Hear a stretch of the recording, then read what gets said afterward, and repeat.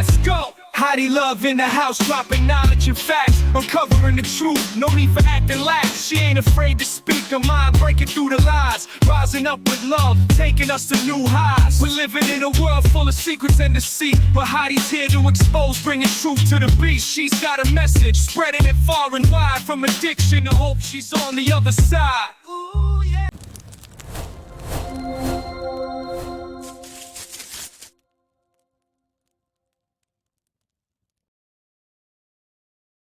We're not dabbling. We're trying to figure out. I'm not doing meditation. Yeah. That's what I'm saying. I'm like, I diss all of that. Oh, by the way, so in my other one with Tannenbaum Trump, as I'm going down, aligning the Hermetic Kabbalah tree of life with the statue of Nebuchadnezzar, guess what the feet turned out to be on the chakras? Oh, shit. 6 toes? No? Mars. The Empire of Iron and Clay. And I was going, wow. Mars. And he just said that today that he's going to put a flag on Mars. We already know about Elon having the first colony on Mars with Werner von Braun. So I was going Empire of Iron and Clay, Mars, it's on the chakras. I was going, guys, Elon going and saying X, let alone the demon connection, which is what I definitely want to talk about sometime. But the demon connection, but X was actually the Secret Service program name for the aliens in this 8th dimension that I'm telling you about. That is the name. It's X. Wow. That's why the X-Files is called the X-Files. It's like, guys, we could be wrong, but it's like, don't you kind of see a little bit the cultural things we're hinting at? I'm terrified. Yeah. I'm like, the more I learn, the more that I didn't mean to learn, and God just shows me some things, and I'm like, oh my gosh. And then I always remember, I don't know, I just remember the things that you've talked about with me. I don't know why everybody's like so doubtful. Like it's weird for me. Like, I'm just like, well, okay, put it in your back pocketbook. But if it keeps coming up, like maybe you should pay attention, you know? That's what I think I just said that recently in a show, Heidi, where I was like, guys, I don't want you to believe 100% everything that I say. No, because that's a cult. What I want you to do is pick up the book, put it on the back burner. If you keep seeing it, then say, okay, maybe there's some credibility to this research. I was doing a little research with the Feast of Sukkot in October, which is supposed to be activating the gratefulness of the fall harvest. Day of Pentecost was the spring harvest. Coincides with the harvesting of Tammuz, or Addis is another equivalent. So I was going, okay, if it's at the same time, Pentecost, Babel, confuse the languages. Pentecost, everyone hears it in their native tongues. That was activated after Christ's departure, right? Before Christ came, they had the Elijah spirit with John the Baptist, and he says that to his disciples. Now, before his return, it says once more there will be an Elijah spirit with the 2 witnesses. Now, whether that is 2 physical individuals and or the Christians in Scripture, I'm leaning on Christians in Scripture because I don't think we'd be zooming on cameras on 2 dead corpses for 3.5 days. I think it would literally be like people in the mall, or people when you see the fire and nobody runs over to do anything. It's like the bodies are just sitting there because nobody cares about it. That's kind of culture we're living in right now. I could see it. I could see it. If it happens around the Feast of Sukkot this October, man, it doesn't give us months in the Bible. It gives us 1,260 days. I added that. That leads us to exactly around March 26th. So if right, March 23rd is huge. Yes. You know? Yes. So if March 26th, 3.5 days, that would take us exactly till Friday evening, which is Sabbath. And right with Christ, at the time, he had the feast, the Last Supper, and then you had the crucifixion, right? So in contrast, now you're going to have the crucifixion, and before the marriage feast of heaven, you would draw up the saints. And exactly 2.5 weeks after that, you get Apophis, Wormwood, on Friday the 13th of 2029. Oof. I was going, well, that would fit because it says you didn't want to hear the voice of the bride, the groom and the bridesmaid was heard in thee. And I was going, okay. And ironically enough, that same year, 2029, April Fool's Day is Easter. That's weird. I was going, could be wrong. Boy. Man, that's a lot of coincidences all. Well, and it's just, it's just they forget about all the things that is happening. Like, and you know what the 47 means, right? In gematria. Do you know?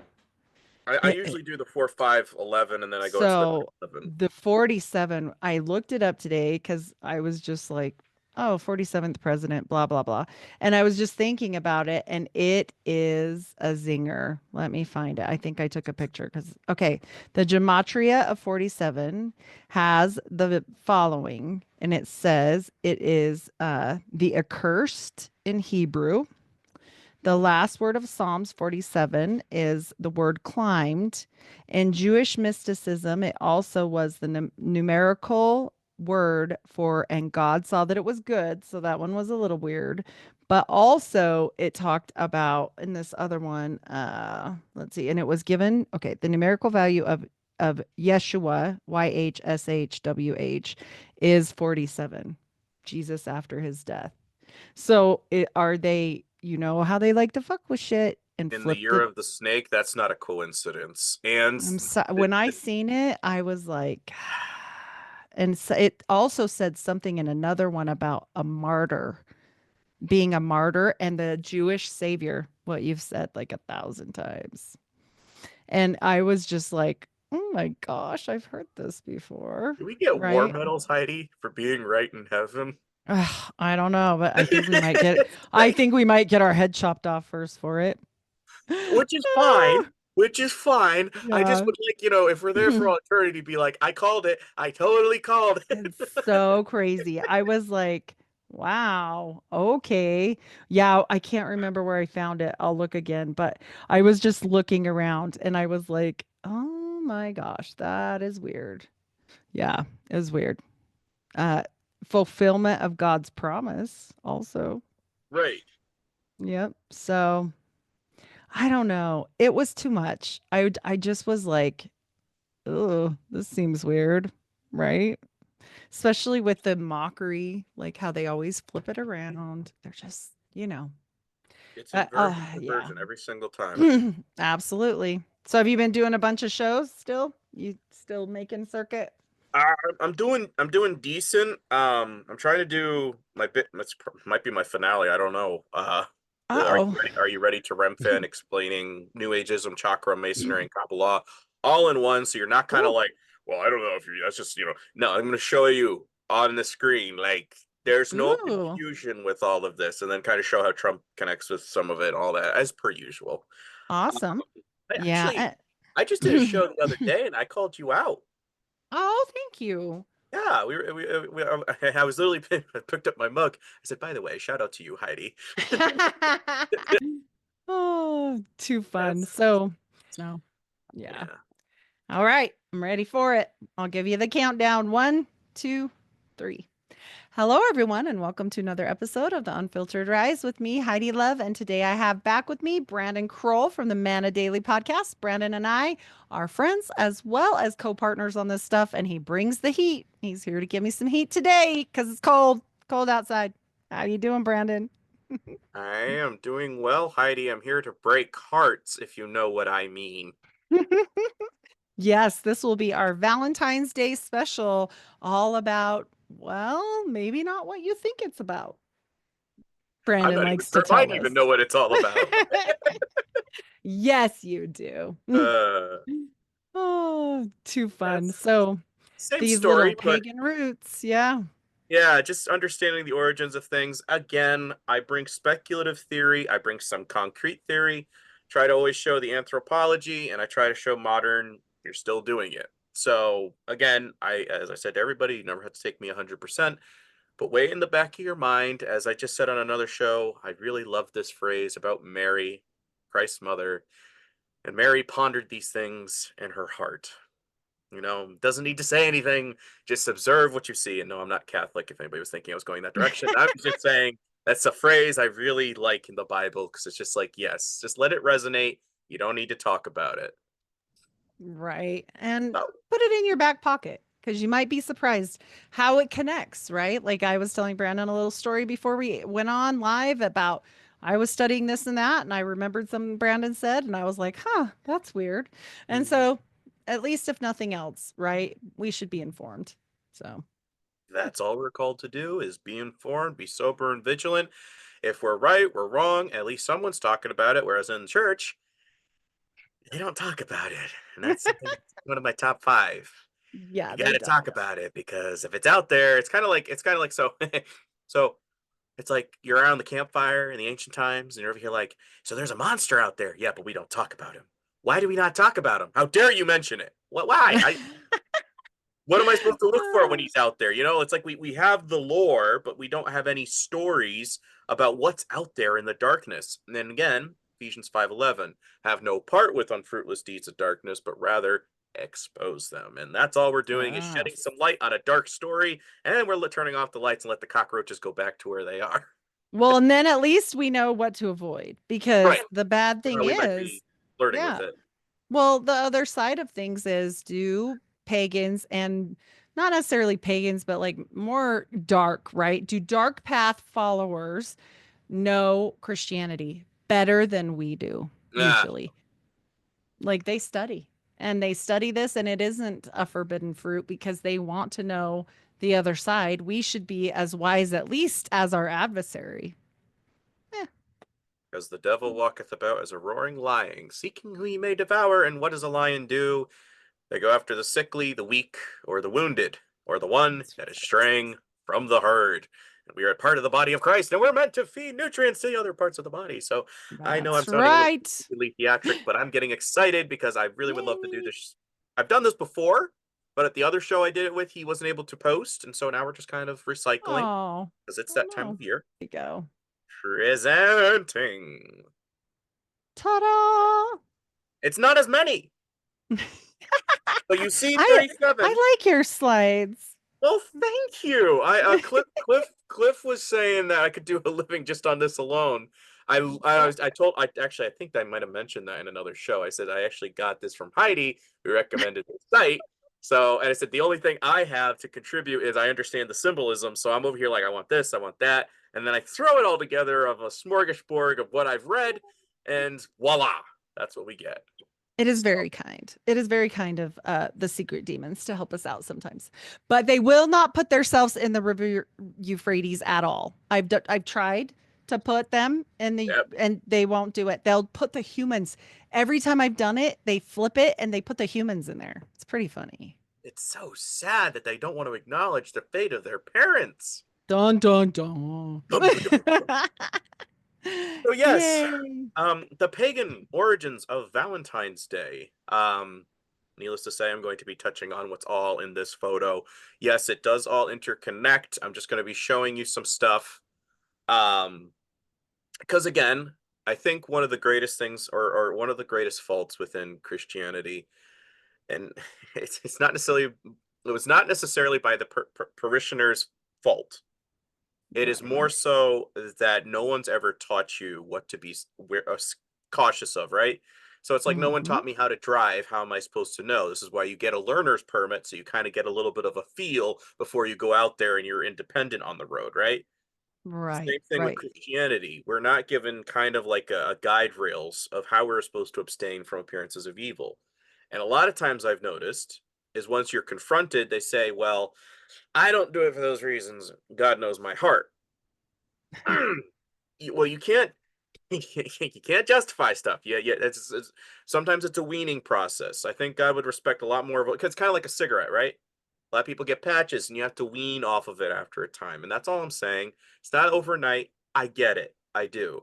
But it comes a point where we also have to say, once you're confronted with the truth, to him that knows it is accounted unto him, right? As it says in James. So Yes. we hear about mythos, right? It's all a myth. Well, Mythra, look up my other stuff for that. But we have this thing with Cupid, right? And he's affiliated with Valentine's. He's affiliated with hearts. So perhaps Cupid is usually seen as a baby because babies represent the combination of two people in love. In Greek mythology, the mother, Aphrodite, Cupid is the equivalent of the gods Amor, which is love, or Eros. Depending on which myths are told, he is represented by the symbol of two hearts with an arrow piercing through them. Again, I show stuff on screen. You guys can look it up. Part of this is just getting the conversation going. I read additionally outside of this. I'm just showing you. You can Google what Heidi and I will be inferring in this episode. One thing of note, Eros and Psyche, there is a statuette of this, of them making out. So if you understand Psyche, that is of the mind. Eros is love. Ironically, Trump has one of these things up in his penthouse apartment along with 3 sun god relics. So Is again, it gold?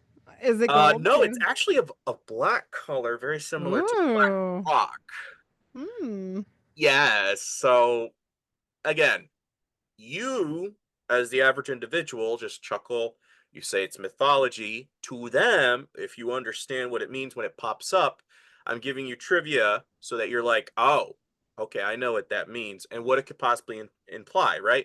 Because the love of the mind, what is that ultimately? That's Freemasonry. That's enlightenment. That's finding your own wisdom, right? Well, Luciferianism. Yeah. Yeah. Right, right. And that's Corona, the top, or Kether, atop of the Hermetic Kabbalah tree of life.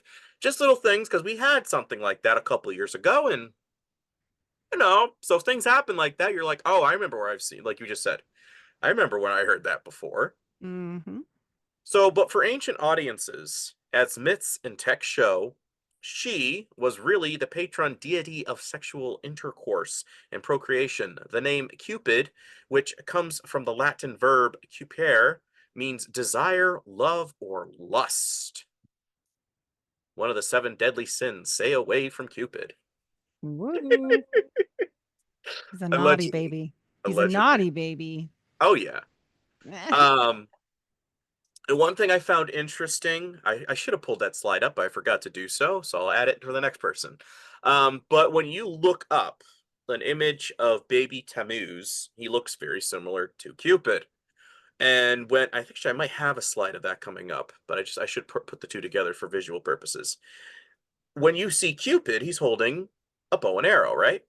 Mm-hmm. Now, something I found interesting is that Nimrod, aka Gilgamesh, right? He was a skilled archer. Allegedly, might have been the originator of archery. Allegedly. Again, just throwing it out there because according to lore. So take that as with a grain of salt. So if Gilgamesh or Nimrod was given a bow from heaven to slay the rest of the Nephilim, according to lore, and he didn't do that. Instead, he wanted to use this bow to go up to the heaven and try to go to war against heaven or slay God with said celestial bow, but did not do so. Instead, he died. And what do we get? Well, after Babel, somebody might have said, I remember when he played with his father's little bow. Remember, as a toddler, he was carrying around his dad's bow. So then they make a depiction of this. And then we get a mythos that stems off of this of, oh, we have this. Oh, remember when he was wearing the helmet with the hair on it? That's like Hermes and that little staff he used to carry around, right? And the mythos, and additionally, since Babel, we get like deity telephone. What's the equivalent? What's something I can find similar in my region, but we may not have the same plant, but it can still have the same meaning, right? That's Kabbalah, speaking with symbols and languages because your verbiage is confounded. Right. Just throwing it out there. Most of these couple next slides, I think you can find on True Riches Radio. Again, sometimes I don't put this stuff all up in here because that's way too much to just for condensed for page. So feel free to look him up. Maybe he'll appreciate it if you send him an email and say, hey, somebody mentioned your stuff and it's really good. So February 14th is Valentine's Day, a day when Cupid supposedly does his thing. It is sometimes lost in the afterglow of Christmas's glitter and the awakening of Easter's false hope. Yet, it is a day emblematic of the devil's whole approach. It is a holiday worth knowing more about so we can be more fully armed and better able to withstand Satan and his wiles, referred to Ephesians 6:11. To most people, Valentine's Day would seem to be nothing more than kids exchanging Valentine cards and adults giving chocolates or flowers. But it is harmless only in the eyes of those who do not know any better. As with most worldly festivals with religious overtones, its origins go back long before Christ. And, as we have come to recognize, the Roman Catholic Church Christianized it, assimilating pagan beliefs into its own. Any good encyclopedia or reference material will state where Valentine's Day originated. The American Book of Days by Jan M. Hatch, 3rd edition, reads, quote, association of Valentine's Day with lovers is a survival in Christianized form of a practice that occurred on February 14th, the day before the ancient Roman feast of Lupercalia, page 178. Again, something that I've noted, I was reading another book, and again, these people are not necessarily Christian, but they, as you said, they study what's going on. They look at the anthropology, and they're going, well, this is what Catholicism did. They started migrating, they started missionary work, and they are like, well, you already have a little bit of a system of Babel. Now we're going to let you keep that deity. We're just going to Satanize it. Satanize, get it?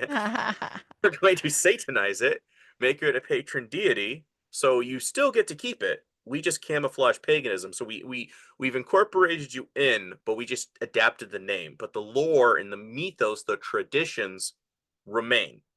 Right. So you're conquering via culture by allowing the exceptions of things to continue, just making it acceptable, right? Because if everybody understood the heresy, because like so you remember the two dog Romulus and trying to blank Romulus and Rome whatever for Rome, you know, the two kids, and they changed that based off of Constantine to Saint Peter and Paul, that they would be the new patron saints of Rome. And I think it was Tupper Saucy, Rulers of Evil, that covered that more in extent. I think I did an episode, One Nation Under Satan, for folks who want to hear that verbally. But I'm just showing, again, even as far back to the 300 something, going all the way now to present Valentine's, which is probably what, 800, 900, whatever, this started kicking into the Catholic influence. Any questions? No, this is great. Okie dokie. So the New Standard Encyclopedia, under the article of Valentine, states Saint Valentine was an obscure, possibly legendary martyr who, by tradition, was put to death by the Romans on February 14th, AD 269. This day was made a feast day by the Roman Catholic Church.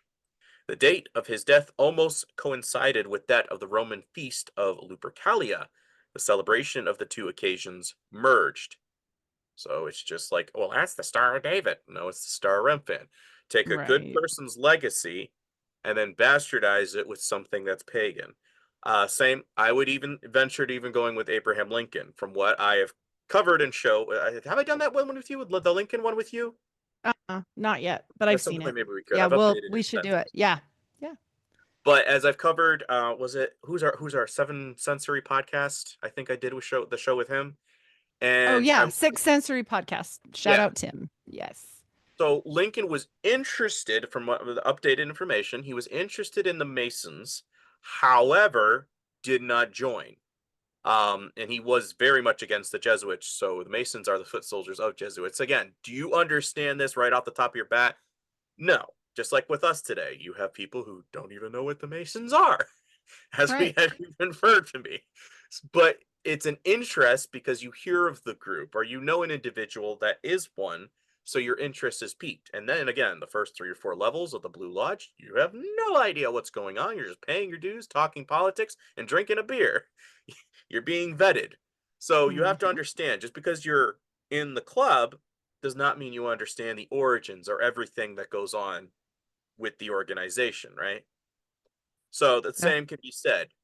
Some people, they go, okay, they'll freeze frame that, or they'll listen to the thing and they'll be like, oh my God, you just did 666. What is 666? You don't even know. Most people do not know, but because they flashed a gesture that you've been warned about and you've not informed more people about, they do things without knowing what they do. And I'm just throwing that out there because I've seen a lot of people get all paranoid. What you should do is go, okay, I'm putting that in the checkbox of, I'm weighing it, right? Like we just said in the beginning. Don't know, but if I see additional things or groups, like they're connected with a Mormon thing, they're connected with this, Mhm. I'm gonna start putting that in the little cubby hole of that's a weird connection, right? You study yourself to see if somebody's true character is bearing proper fruit. Mhm. So Valentine's Day is nothing more than a continuation of Lupercalia. Luper who? There is nothing mysterious or secret about this pagan observance, as most of these reference works also have information about Lupercalia. The Encyclopedia Americana from 1996, from the article Lupercalia, says an ancient Roman rite held each February 15th for the fertility god Lupercus. Goats and a dog were sacrificed, and goat's blood was smeared on the foreheads of two young men and wiped off with wool dipped in milk. Ugh. Young men wearing only goatskin about their loins ran around the base of a Palatine hill, striking with the goatskin straps any women they met. This was to ease the labor for pregnant women and to make others fertile. Nice. Right? Pinky. Oh. Um, well, how thoughtful. The American Heritage Dictionary, under Lupercalia, reads a fertility festival in ancient Rome celebrated on February 15th in the honor of the pastoral god. Again, shepherds separate the sheep from the goats. We just heard about goats connecting with the original. Just throw that always in your mind when you hear something like this. Lupercus. Even the month of February gets its name from the pagan ceremony. The Latin februare means to purify. After this so-called feast of purification, some sources say that the thongs from the skins of the sacrificed animals, which the priest used on the evening of February 14th to whip women, were called februa. I think they Isn't should that call it Whippin' Women Day or something. women? Oh Well, boy. I was chuckling because what do we get with the I'm gonna go Hebrew because I think that sounds better for when I'm endorsing. With the mikvah, it was a purification ceremony before you got married, right? Whereas with this one, it's an inversion. So there's always compare, contrast, right? Good shepherd, bad sheep, or bad goats. Always weigh that in mind. That's why when I'm talking about Christ, pagan, doppelganger, Tammuz, I'm showing you the mythos is already here. What you have to do is start going, oh, okay, and this is what they're inspired. They had the Titans, they had the Nephilim, and then that lore, like we created a co-possession pact, right? Is that I'll give you this and this and this, like Satan made with Christ in the wilderness, and you'll have Mhm. success. You'll be able to sing. You'll be noted for this. You'll conquer armies, right? Sell your soul to the devil. This is not something that you just joke about. It's stuff these people practice, and some of the higher ups, not people who are just doing it for kicks and giggles, they're actually tapping into the darker, higher degrees, quote unquote. So, anywhom, Whew. so Nimrod again. Who was Lupercus anyway? Lupercus was a hunter of wolves. Latin lupus is wolf. Associated with the Roman god Faunus, where we get the root word for fun. Think of Mr. Tumnus from Chronicles of Narnia. Again, who does he meet at the lamppost? Lucy. Is that an abbreviation for Lucifer? I don't know. I really questioned some stuff with C.S. Lewis after some stuff I've been digging into. Also, the Eye of Saruman. I'm like, okay. Anyways, getting into a tangent. So the Roman god Faunus, god of agriculture and fertility. Since Rome took its gods from those it conquered, we can trace Faunus to its Greek equivalent, Pan. Pandemonium, pandemic, god of woods, fields, and flocks. The ancients pictured both of these mythological beings as having a human torso, but legs, horns, and ears of goats. This fits nicely with the fact that they were sacrificed goats and used thongs from their skin to whip women during this feast. The Bible often compares God's people to sheep while frequently linking Satan with goats. Probably a reason for that. And again, Baphomet, Panda. As I just did in Tannenbaum Trump, for folks who want to get more of an in-depth, go watch that. As I always say, most of my stuff interconnect. Pan can be traced to the Phoenician sun god Baal, which connects to Tammuz, Nimrod's son, also a god of fertility and nature. We can use a strong case that Baal is none other than Nimrod. I would question that because, again, the mythos with them is that when Nimrod died, he was reborn into his son Tammuz. Now, with the stuff I've dug into, I would more theorize that would be Tammuz in this case as opposed to Nimrod, but the lore is saying they're one and the same, just reborn. Similar to Christ, God, Christ. That's what I'm saying. That they cult believes in the Trinity. That's why I would like to thrush that out. So when you're saying reborn, rebirth, this is already something in the pagan, again, sounds similar, but it's counterfeit. So we have to be a little bit wary that this is out there, because when you see somebody like Russell Brand doing stuff, you're going, so why are you doing tarot the next day with a Saturn logo on your shirt? You might be telling us something, right? Oh, yeah. Yeah, shots fired. In Genesis 10:9, Moses describes Nimrod as a mighty hunter. In the days after the flood, animals multiplied rapidly and caused fear among the people. Nimrod grew powerful because of his ability to fight the wild animals. Tradition says that he roamed as far as Italy to hunt wolves. Valentine comes into play here. The word derives from the Latin valens, meaning strong, powerful, or mighty. Our word valiant, courageous, heroic, also comes from this root. These are the apt descriptions of Nimrod. In a sense, he was the people's Valentine. Kind of interesting, isn't it? And Weird. heroes of renown, as we hear for the giants, right? They're also known as bullies, or if you want to go just into the word giants. But I'm just finding it interesting. The mythos and etymology, anthropology are all hinting there might be a little something here, which we call ancient history. But there's something there. There was a little booklet. I think it's on Amazon, but the description you read, you're like, meh. But man, that little booklet, Heidi, was loaded. It was 4,000 Years of Christmas. And just reading, I think the first like 15 pages, I was finding out how the lore of how the Christmas ceremony was going down in Mesopotamia. And I was going, whoa. And we're still doing some of this stuff today. And I was watching the movie Red One, and I was like, this sounds just like that ceremony they were doing in this thing. And I was, again, could be wrong, but I could see it. I could do a mini series. I truly think I could film a mini series with the trivia I that think I got so. here. Yeah. Yeah. I don't know. It'd probably be very violent from some of the stuff I've read. I was like, my gosh, people castrating and stabbing out each other's eyes? Like, this is crazy.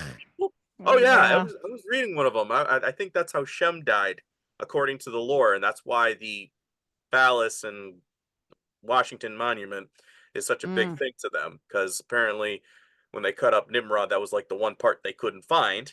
So in revenge, Tammuz found Shem, killed him, but Shem, before dying from his fate, ended up losing an eyeball. So he lost his eye and he was enlightened after this. So again, I don't know, but I was reading and going, this is kind of weird. And then later on, his mom made him castrate himself, or he castrated himself, and he died in a while.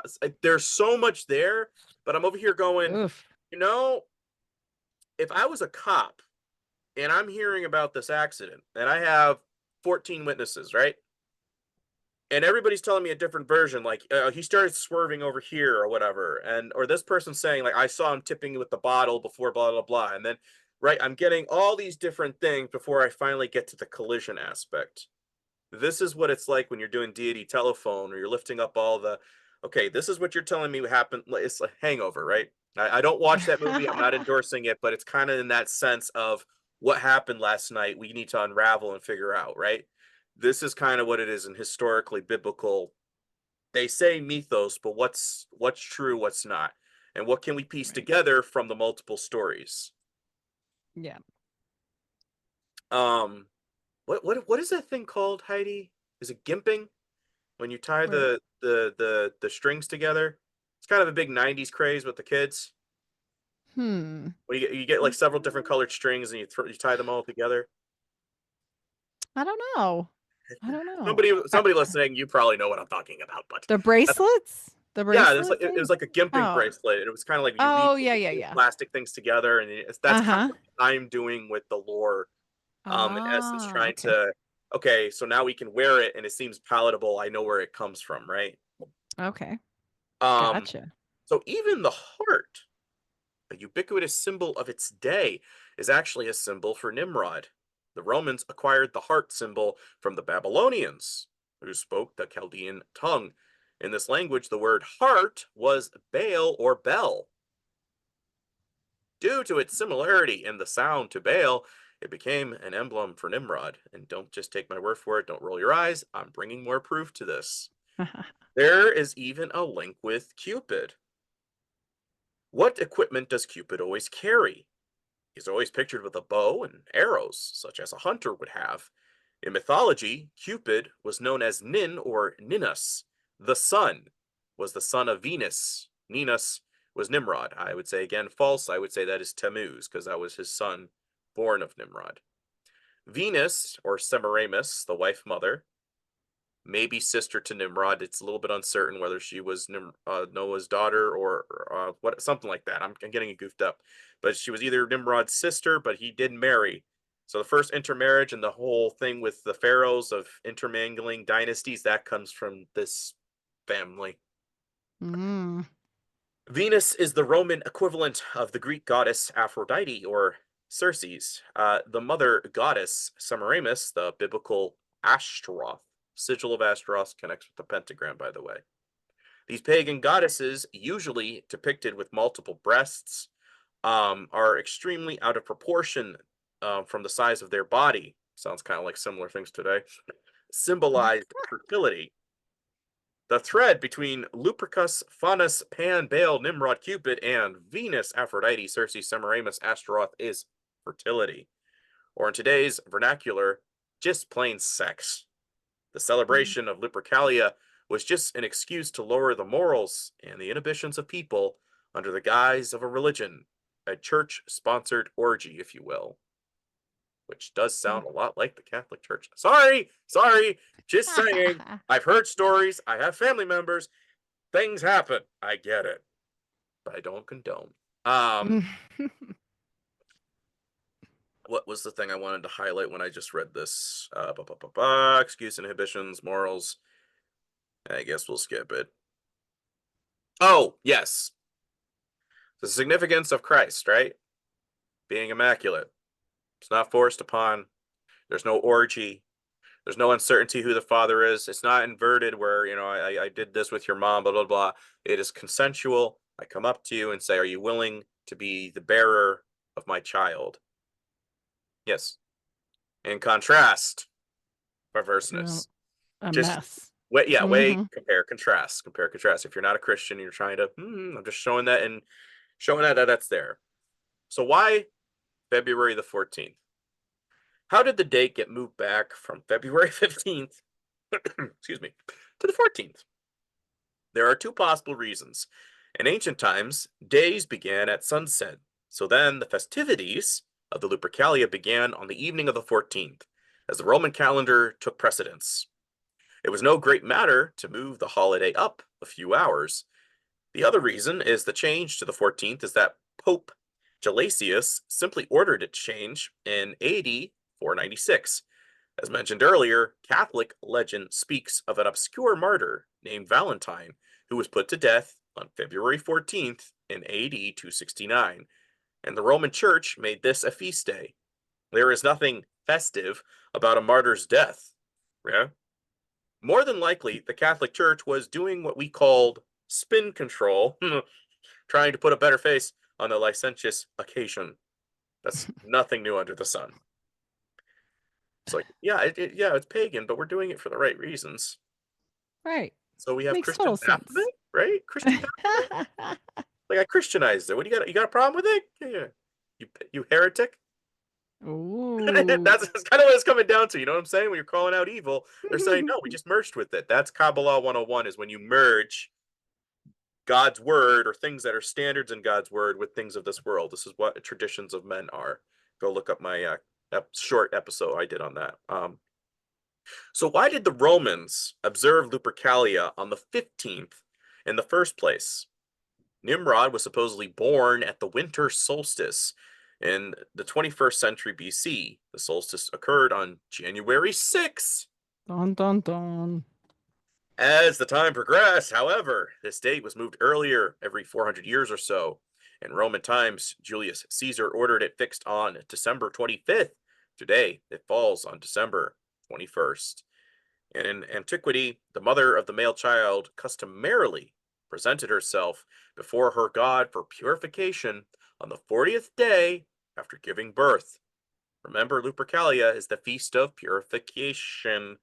40 days from January 6th is February 15th. Mm. I'm sure that is just a coincidence.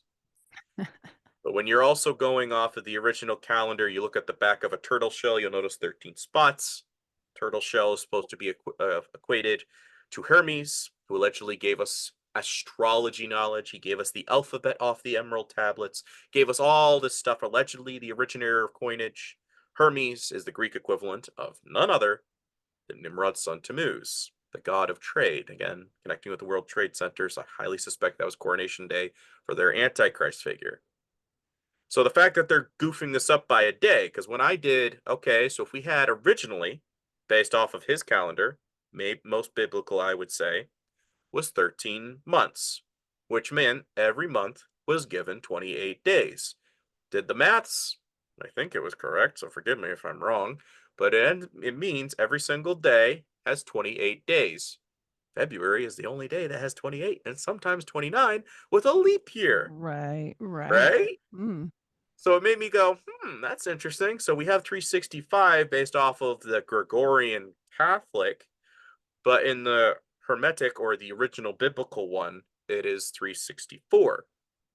When you go off of the 365, 3 plus 6, 9, 6 plus 5, 11, 9, 11.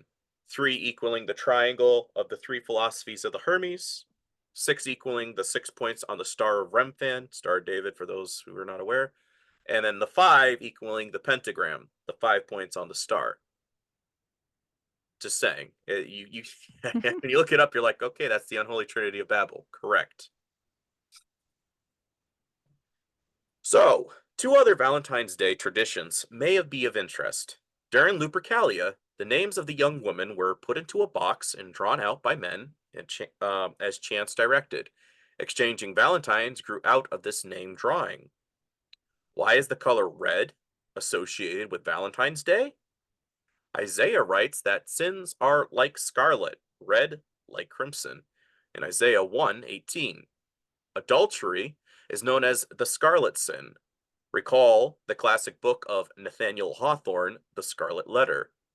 Prostitution is practiced in the red light district. The Bible describes certain princes of Babylon dressed in vermilion. Ezekiel 23, 14 through 15. Babylon herself is a harlot dressed in scarlet. That was a little bit of a tongue twister. Revelation 17:4. The highest ranking priests of the Catholic Church, cardinals, wear red. When we tally our list of the merits of the Valentine's Day, this pagan holiday shows not one redeeming value. Valentine's Day is as worldly as they come.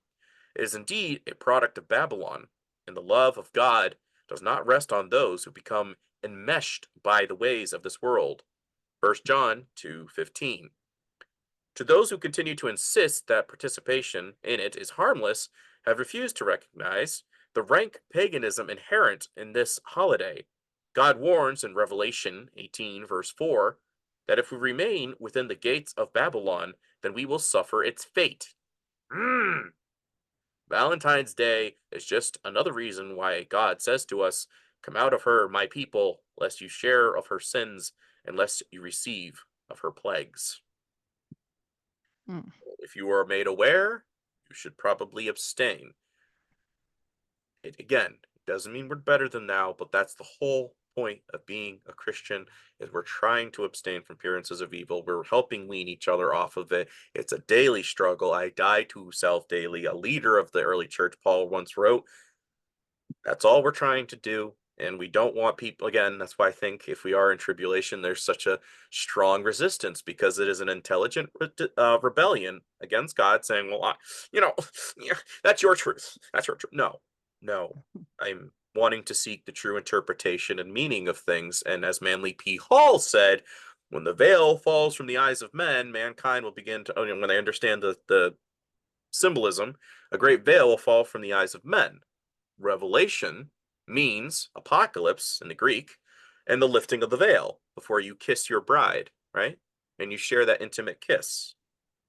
Similarly, as I've used this analogy before, so I'll use it again here. But think of it, 6-7 times out of the year, you get a free pass, holidays, to sleep with your ex. Now, if your groom returns and he sees you in bed with someone else, would this not kind of irk you? Yes. So this is why, again, I love you, Lord. I have hid thy word in my heart that I may not sin against God. This is why you are making the word alive in your life. It's not through patriotism. It's not through institutions, political parties, philosophies, and or person, place, or thing, substitutes, Antichrist. It is by submitting to the word of God, as it says in John 3:36. It's obedience to the Son. So if you read the Son, read the word. What is the word? Well, Christ came back to life, which means the word was put down, but that champ got back up. He didn't hear no bell, and it means the word is alive within you if you are a true Christian. So that you get 1 Peter 3:15, greater is, that they ask of the faith that is within you. It was not a philosophy that conquered Rome without a sword. It was faith made applicational, and it made people leave the temples, reject their idols, and want to convert the entire empire. To the point, Catholicism, Sol Invictus Mithraism, said we need to infiltrate this as a parasite because it's becoming too powerful. We need to make the counterfeit predominant or merged. That was a bit of a rant, but any follow-ups? I feel like I'm over talking you, and you No, are. no. So I'm reading and looking and paying attention. spitballing in the background. And I do not blame you. Yeah. Uh, that's why I try to keep it fun and upbeat, because it's depressing. Like if you're sitting at a church and you're just like, yeah, you're boring. You're just a know-it-all. You're just trying to put me down. No. Trying to make it entertaining because I want it to be palatable so that when you're walking away, you have a high moment on it, that you know that you did the right thing, right? Oh, I had a shout out to this person. I'm not going to say your name, because some people get upset, but she was telling me that she told her mother about the true meaning of crosses, and now her mom has got rid of all the crosses in their house. Thank you, Oh. Lord. You know what I'm saying? Like, make it applicational once you were confronted with something. You know what I'm saying? And that's all I'm asking is try to apply.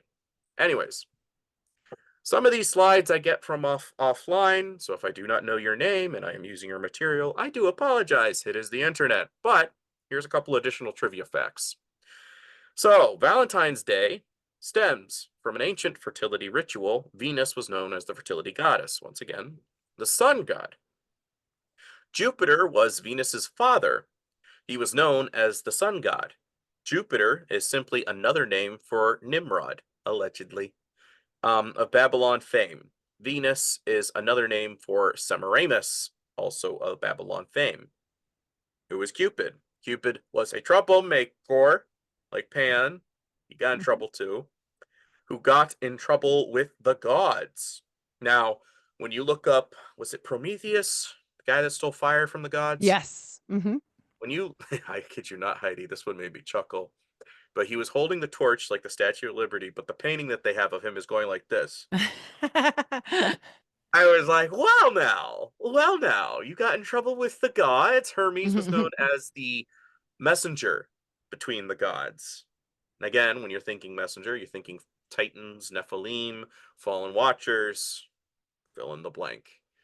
because you're trying to what? You're trying to steal their knowledge. Now, where this kicks in with the lore, I'm not entirely 100% sure, but there's definitely a consistency. And again, the hush pose thing that I'm seeing, we know about Masons and doing the hush pose of secrecy, right? You're stealing the alchemical knowledge of heaven so that you can become your own god.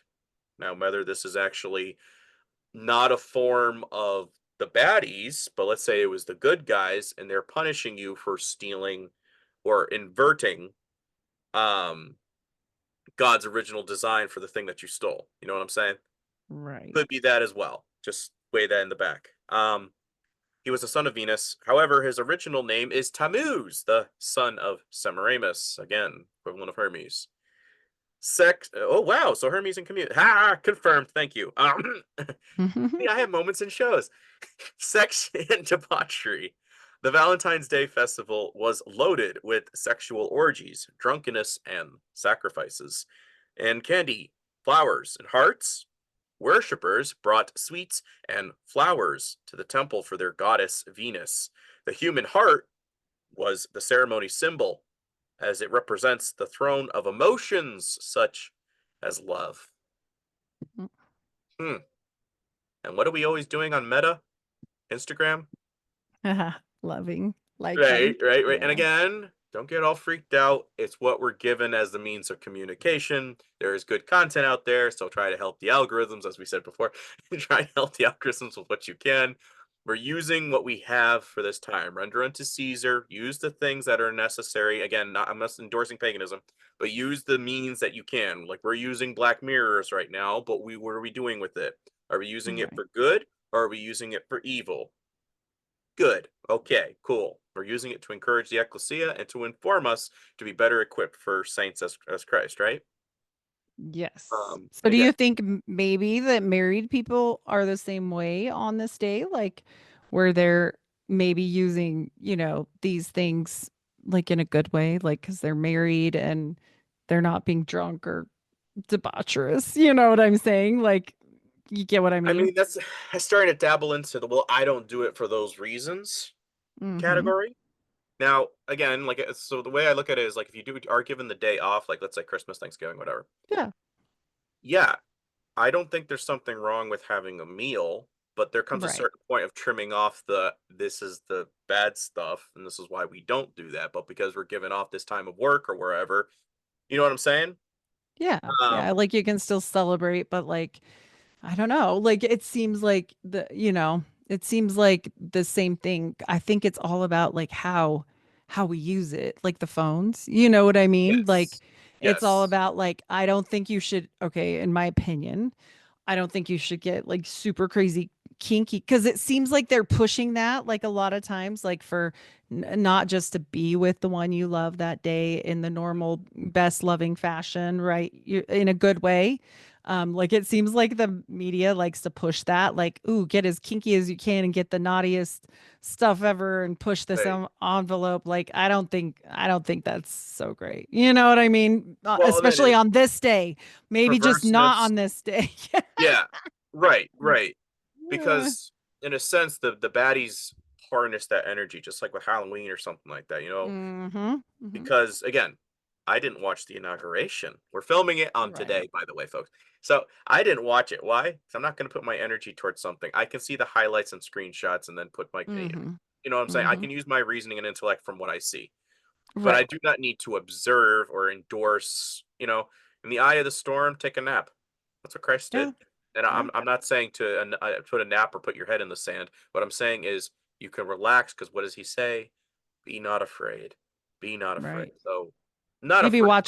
watch what you're doing with Right. things, right? Right. Yes. Know why you do the things you do is the biggest thing. Because what does he say on the cross? Father, forgive them, for they know not what they do. Mhm. Now, similar vein of thought, and again, I'm going off of one of the guys that knew his Torah, and he was giving context and clarity of scripture being fulfilled. This was Paul. And they were saying, are we supposed to, is it okay to eat the meat that was sacrificed to a pagan idol? And what does he come back with? Were you part of that ritual before it was put back on the market, or what, when it was done being used Mhm. for that purpose? No. So yes, it is okay to eat it, but don't get freaked out here like we can't even touch it. Like if you're starving, are you really going to be this petty? Right. Like the city just Right. got sacked, but there's leftover stuff at the temple from no, you know what I'm saying? So, Yeah. and again, this goes back, you shall know the difference between good and evil. Yes, unfortunately we do. But what's scary about that? As opposed to just trusting God and having confidence that, yes, you know what you're doing, and I know you have my best interest at heart. What did we do? Well, how come, Dad, I can't touch the scorpion? Do you want the bread or the scorpion? I want to touch the scorpion. Ah, great. Really? You know what I'm saying? Like, this is what we do. And now we know the difference. So, in knowing the difference between good and evil now means we bear the responsibility and the weight of choosing pleasure or submitting to the purpose that our Father has for us. That's part of the whole thing of spiritual warfare. So, again, baddies are looking for a vessel to indwell, right? Hmm. Christ or the Holy Spirit, God, is looking for something to indwell. Hence the whole purpose of whom shall I send? Here I am, Lord, send me. You have to be willing to open yourself up and submit. And like I said before, I have hid thy words in my heart. Thy word is a lamp unto my feet. What is the word? It is God's word. It is so powerful, it created its own, or he created it into being its own sentient being to fulfill fleshly Abraham and celestially heaven. And one Hmm. individual, only individual. That's how we cross that barrier, because he's that genetic link of how we can be Right. adopted into the celestial family of God. So, not sure if that's answering your question, but that's kind of the trajectory of where Yeah. it would go. I think the debauchery is where you have to be really careful. As married people and or if you're single, even more careful, right? Even It's more not saying you careful. can't have intercourse, or buy somebody some candy because Right. it's on sale or whatever. Right. However, you should be wary about, endorsing certain things by putting money into continuing the system that's making the Mm. rest of the world. So when the world now looks at you, you're going, well, you're still doing it.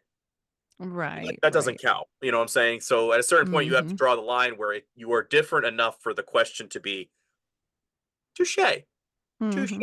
right? Yeah. Just watch yourself. Yeah. Watch yourself. Yeah. Um, Yep. sorry, I I don't don't know think why I it's went there.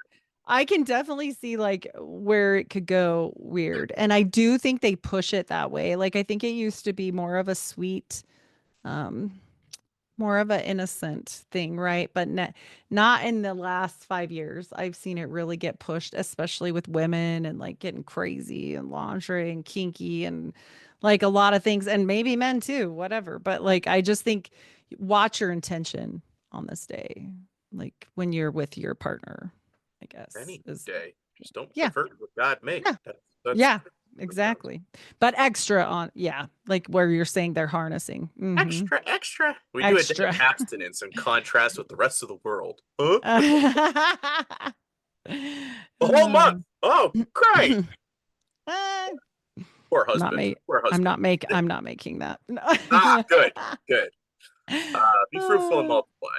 Um, but St. Valentine's Day is a festival of love that amalgamates the pagan. Sorry, it's also split word, so I do apologize. The pagan traditions of Rome and Northern Europe. It is also dedicated to the Norse deity of Vali, the archer god, again, son of Odin, and to Juno Februa. Right, and Juno connects with Juno Monetra, which is money, minting of coinage. mm, Goddess of maternal and married love. Again, something I found interesting because of the Juno money thing. Hermes alleged to be the originator of coinage. His month is at the end of May, June, Pride Month. Love, right? mm. Inversion of the colors, the chakra. Love the things of this world. Lay not your treasures in the things of this world. Render unto Caesar things that are at Caesar's. You follow where I'm going? There's a little bit of a Oh. trajectory of love and materialism and what's on our money. In God we trust. On Mm. money? Do you see Which how God? yeah, yeah, well, you see how perverse that is already? It's like a lot of people. I Yeah, want a yeah. monetary messiah of the West and then get raptured out as so why are you securing a foothold in this world when you should be getting ready to eject at a moment's notice? Mhm. There's already a conflict. Again, I'm not trying to bash the Orange Man every freaking episode. I'm just saying I'm talking about a thing that's in our modern world, as I said before, that grieves my heart because I understand what it means pagan wise in contrast to Right. what the Bible says we're supposed to be abstaining from. So do understand. Heidi and I are not on tyrants to go after tyrants. No. We don't give a crap about that. We want to know. Had she asked, how do we flush out? How do we set apart? She's asking Mhm. for clarity on that. The festival begins after sunset on 13th of February. Girls should decorate their pillows with 5 bay leaves to dream of their lover and husband to be. Definitely don't do this. This sounds weird. Yeah, You're definitely. gonna smell weird, all kinds of things. It's not good. That's like chicken soup. You're gonna smell like chicken soup. Anyway, sorry. Heidi, you get to find out who your husband's gonna be. I mean, come on. I got Um, him. He's the best. yeah, you got him. Um, Yes. in England, on this day, an arch of brambles is carried to banish unwelcome spirits. In Mm. Scandinavia, there is a tradition of running the labyrinths on this day. Now, isn't there a little thing with the Mm. Minotaur or whatever? Minotaur, sorry. Oh We got yeah. a lot of a logo idea. Minotaur surveillance, Minotaur, Mm. right? I don't know. Um, I have ideas that'd be really cool in shows, but it's too bad I'm doing this stuff. So February 15th. Well, I mean, we are called, so. Yeah, but I could have been pretty good in Hollywood. I really think I would have had fun. I would have had fun with Yeah. oh, let's do this because I know what that means, you know? Anyways, Mm. Lupercalia is an ancient festival of Roman paganism. Ovid ascribes this festival to the rustic god Faunus, again, fun, protector of agricultural, the flocks, giver of oracles, and an aspect of the great god Pan. This is a day when animals help humans. It also celebrates the she-wolf. Mm. Here we go. Who suckled the infants of Romulus and Remus. I think I was very close. Oh, yep, I said yep. Remulus. In the Odinist, one eye, again, Odin, calendar, this day is sacred to the hero Siegfried. So again, we just see a little bit of a consistency. As again, I did in the Tannenbaum Trump thing, I was showing it didn't just start in Mesopotamia. We see the migration. We see how Odin connects with this. Again, when you understand how it's migrating, you're going to understand, okay, I don't just stop when we say Martin Luther endorsed it, so it's not bad. No, keep digging. So, when I said before, it connects with Baal. McDonald's logo They're chi-chis. is from the Black Magic. The McDonald's founder, Raymond Albert Kroc, was a 33-degree Freemason. It's how he really got the money to start his business. Kroc would give the tithe to the Church of Satan. The Church of Satan actually fully admit this fact. Disney and McDonald's have always had close partnership with the Masonic Brotherhood. Masons are believed connect with the charities involving children. Mm. Golden Arch itself is Masonic. It also represents the Arch of Baal. Now, for the person that's going to pop up and go and say bad word, here's additional from a freaking university. Not me. Not me going on Wiki, trying to create my own thesis or whatever you have you. It says, quote, yes, the heart is a symbol of Baal. Heart, Baal, the lord of the Babylonians. In the Babylonian language, the word for heart was Bel or Baal. Baal was also the title that was meant lord and was originally used for the other Mhm. deities. Over time, Baal's figure merged with that of Hadad, a deity who was controlled fertility and the weather, like certain things going on Mm. today, and whose symbol was the bull. Gilgamesh slaying the bull of heaven, Mithra slaying the bull. Same things, always similar, just different variations of the same tale. And Ugaritic religion, fertility gods like Baal were often depicted standing on a bull as a pedestal. The heart is a symbol of love, passion, understanding, and affection. It is also considered the seat of emotions and the locus of physical, spiritual being. So again, we have another article from PCG Church.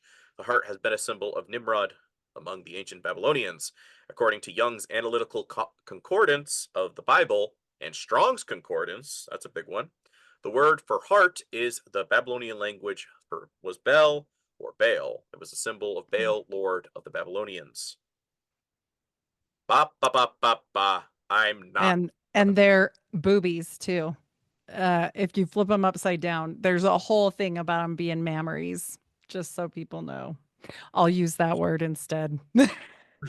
Since we've got you know, other A people mature maybe. Yeah. audience. However, There we go. children, if you are listening, we're not endorsing this, we are condemning it. And if you are now graduating from Sunday school, congratulations. This is that There you moment. go. Um, Yes. again, could have been wrong, but again, we're getting compare contrast. There's a consistency here.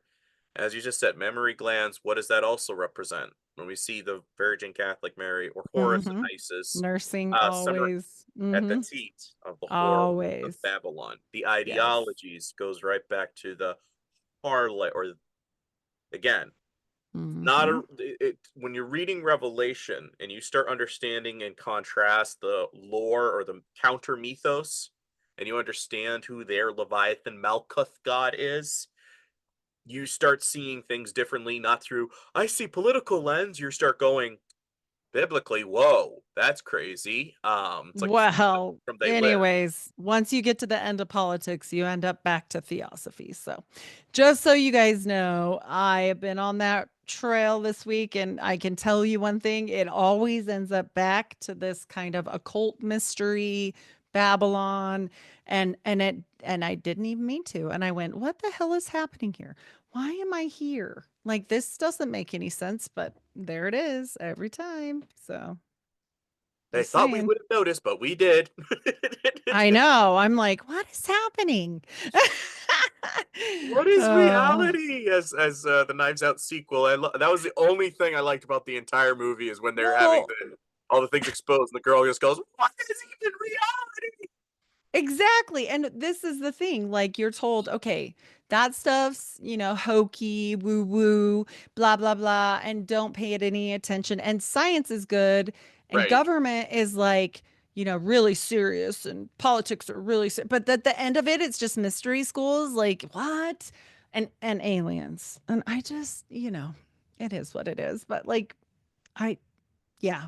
I was Alien. like, Always What? aliens. What?" I know they're demons, but I'm just like, this is wild. But I mean, it makes sense. So much makes sense. I don't know. Dark path, light path, mystery schools, guys. Not kidding. Yep. Yep. Yeah. Weird. So weird. So it's weird, but it's always consistent. It always shows Yeah, they it don't was really change the playbook. Like, no, they don't. if And we've that's done this, like, if this is like actually like they say it is, and we've been back a million times or whatever, why the hell didn't you change the playbook? yeah, Like, yeah, I don't it's get it's it. borderlining on redundant. Mm-hmm. So again, I don't give a crap about ethnicity, just showing when they were falling away from God. Mm-hmm. I'm talking about the practices and the ideologies that a certain group is still doing today, affiliated with an organization Mm-hmm. noted for accepting monies from the Church of Satan, which is affiliated with Baal worship. So Yeah. again, I'm laying that out for anybody that further. But if you're listening to one half, because the next part is going to start getting into some of the dark stuff that we're going to have to edit from YouTube. Watching this part, you did see the picture of RFK and everybody right after, and he's like this health nut, and they sat down on the plane and they're eating Yes. golden arches. And Bill Gates, by the way, is the only person now that provides the potatoes for the golden arches as well as the tomatoes and I think the onions now. So just so you guys know It's where your getting food's worse. coming from. Yeah. It didn't used to be like quite so I think it was always symbolism, but now it's actually in the food, right? Like I don't know. It's You're getting going to be weird. seeing some clips that's going to make your stomach turn, and it's going to be censored off of YouTube. So please look up Heidi and I and help those algorithms, because we do need your help and support to continue doing the things that Yes. we do, fighting the bad guys in the darkness. So all that. And the bad food. Yeah. Yeah, bad food, because like Yeah. thy body is a temple. So let's try to keep out as much of the bad as we can. Because again, we can't avoid everything. We're in fallen world, but if you can avoid most of it, maybe you won't get cancer and all this Yeah. other bad stuff Yep. Just and try hard. Yep. ailments. Doesn't But mean you never slip and have a French fry, but I'm just saying, don't live off this stuff. This isn't real food. Why support do you mom think and it's pops as much as right? possible. Yeah. Why do you guys think it's so cheap?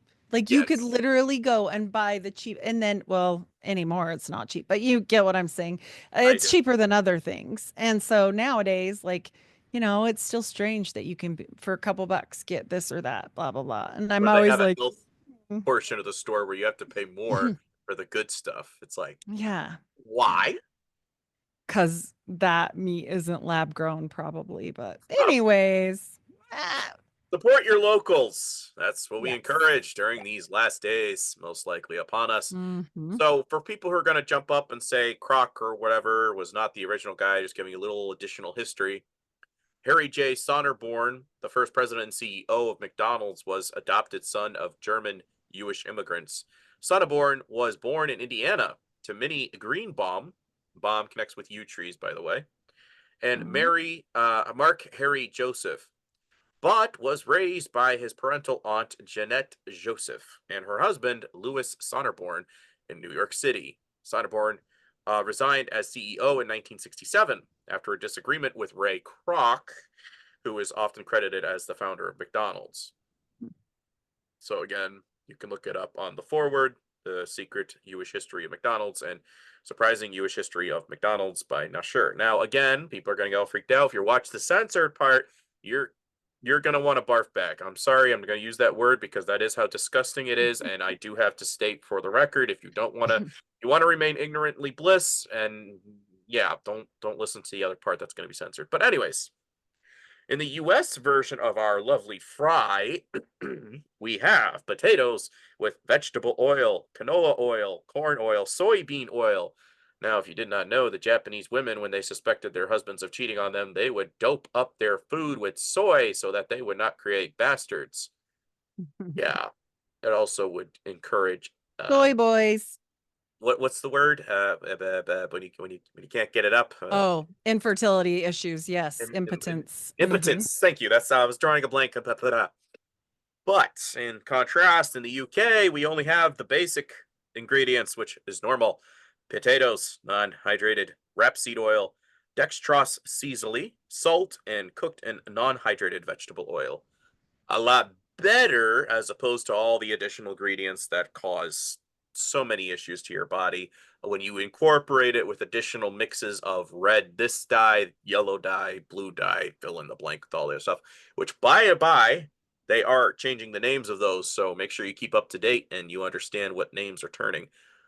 Now, modern CEOs, this is them doing the Hail Satan pose. Again, roll your eyes. I respect that because there's certain things where you're just like, it's just rock on. But as we are laying out, we are seeing this is not the case. I'm going to show you a video. And as well, what you see behind them, the five rings, Mhm. that is representative of the Masonic Olympics. And yes, I did an Mhm. episode, I think, with Sensible Hippie Podcast. I remembered. So go look that up. I'm going to try to do a reboot because it was incredibly glitchy. She had to edit like every 30 seconds to a minute. It was Oh bad, no. 90. We had bad Oh. reception. I think I was sick too, so it really didn't Oh help. no. So, why am I going into McDonald's when we were talking about Valentine's? I'm just throwing you, this is additional trivia. It is going to weave its way back. I'm just throwing this up here because, as Heidi and I know, you're studying one topic and you go, wait a minute, Mhm. I've seen this before. So, Golden Arches, I'm just giving you a little chapter in this booklet before we continue back to the Valentine's course.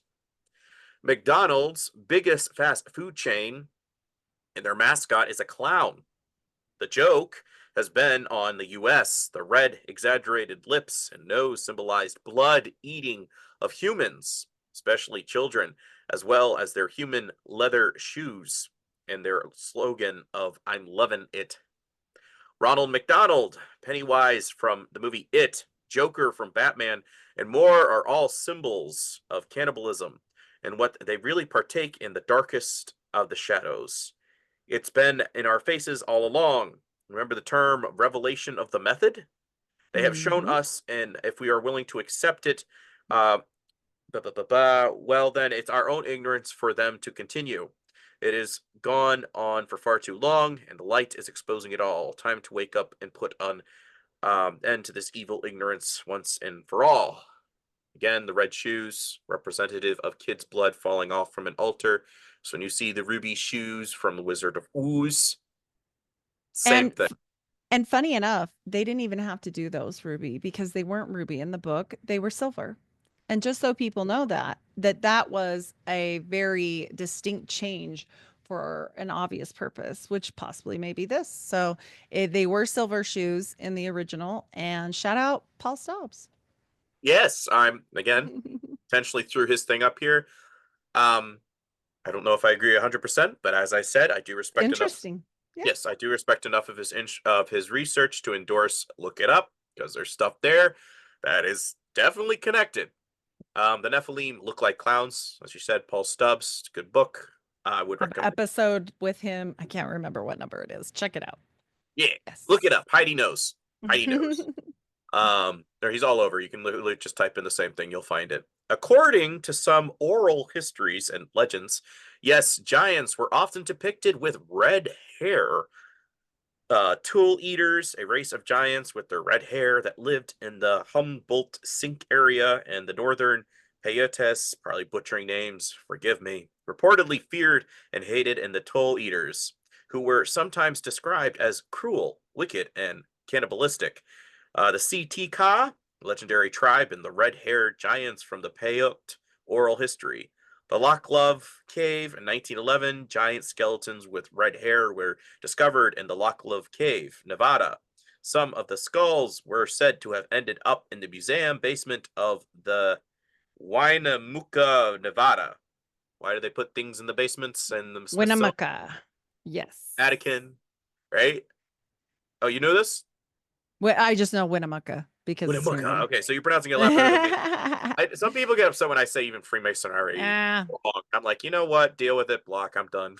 If you don't appreciate the trivia overall, you're not listening for the right reasons. also, fun fact, you guys, cannibalism, and I did say that, yes, is legal in every state in America except for Idaho.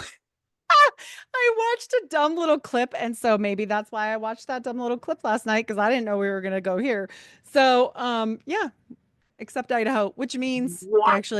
which means they actually probably had a court case where they had to set a precedent in Idaho, which is even more scary.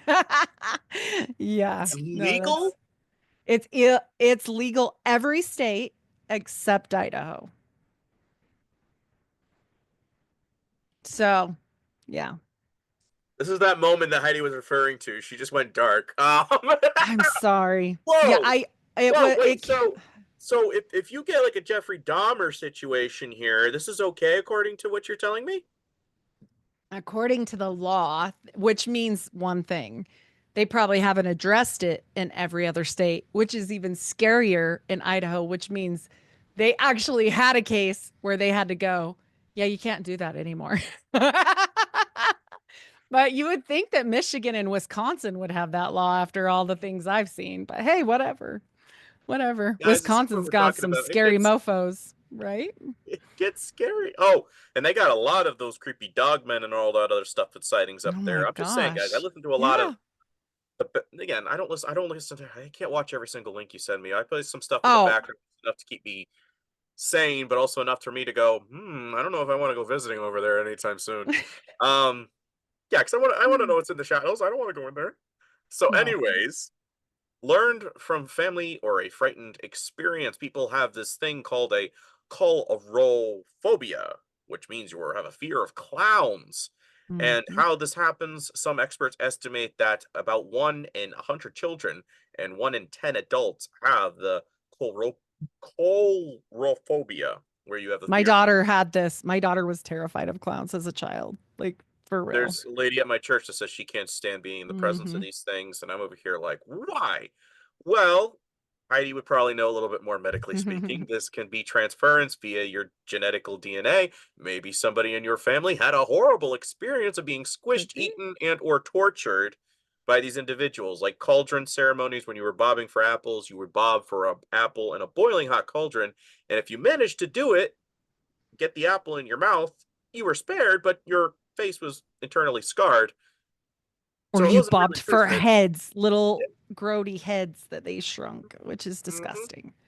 I yeah, But some of the stuff. likely a Nephilim ritual that just continued with the Mm-hmm. Druids. And that's all I'm saying, folks. This has origins, and why you're It's weird. scared of some things, it's not necessarily oh, it's just me. No, there's probably a reason that was Mm-hmm. transferred. I do So believe. yeah, genetically, he is correct. You can transfer your DNA through your DNA, a fear of things. Actually, they've proven this, and it's to save your life. You're not wrong. Good.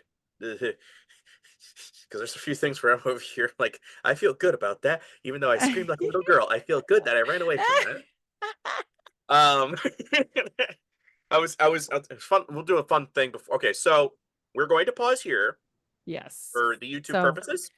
So everybody But on we're gonna have YouTube, yeah, you're gonna have to go to Spotify. As it is, I upload twice a week over at Spotify, once a week on YouTube because their algorithms are impossible, first of all.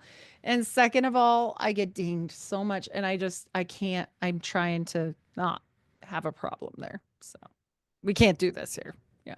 we can't do it.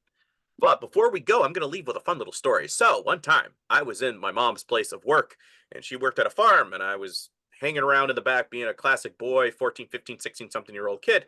And I'm digging around in the brook, and I'm finding this really interesting white looking shiny object. I'm thinking it's a root, and it just was weird. So, as I'm digging and digging and digging, this thing has been solidified with dirt and all kinds of stuff as the brook keeps going, right? So, eventually I get a hook onto it, something underneath. And then I'm tugging on it. I'm tugging on it. I get a Uh-oh. couple of rocks out of the way. I'm kind of letting like my hydraulic mining going on with the water, letting it stream underneath it.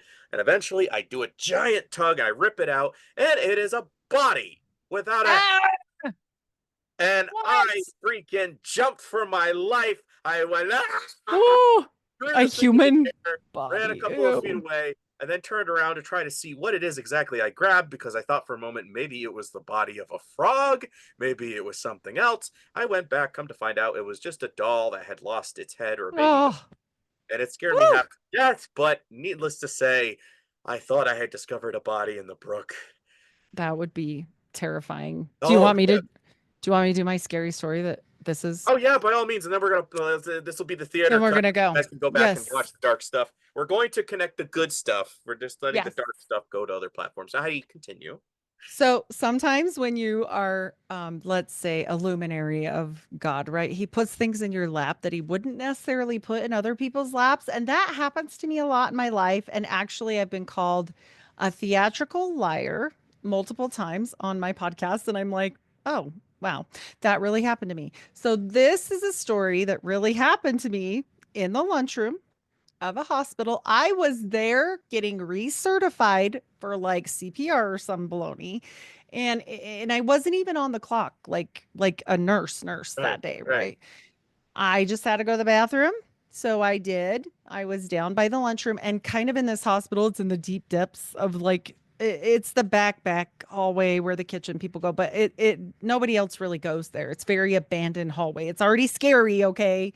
And so I'm back there and I go in the bathroom and I go to the stall and it was open, but there was a human in there. I mean, she hadn't locked the door, obviously. Normally you just shut the door and go, sorry, but there was a lady in there that sunk a butcher knife into her chest. And she couldn't talk, obviously. But well, she a little bit. But anyway, she only understood Spanish, which I do know some like very broken Spanish. And my whole thing was like, do you Like I was like, okay, I'm trying to help her, but there's like no help I can really give her other than apply pressure. And I'm like, oh my gosh, I need real help. So like, do you leave? Do you stay? Do you go? And she kept like yelling, don't go. And I was like praying with her for a minute. And I'm like, I have to leave you because otherwise this is all bad. And I'm just like in this CPR business attire, just covered in blood now, like trying to help this lady. And can you imagine the guy in the hallway, okay, that sees me coming out of this bathroom and I'm screaming. Like, I know you shouldn't scream and you should keep your head about you, but like, not today, girl. Like, I was like, nope. Mm-mm. And so I felt bad. I scared her half to death. She like ran. So the next person, I go back, check again, come back to the hallway. Thank heavens. Like, I do this like 5 times because nobody is there. Like, I don't have the phones do not work down there because it's a basement. So I'm like trying to get help and I'm going back and forth and back and forth. And finally somebody was able to help me. But this was probably the 20 minutes of most scared of my life I've ever been. And I felt completely helpless because as a nurse, I didn't have any way to help her. Like I wasn't there with a crash cart, right? Like, and so finally we did get help. So, and she made it. So I think God put me there for that reason, but it wasn't fun. I'll tell you, that was not a fun day.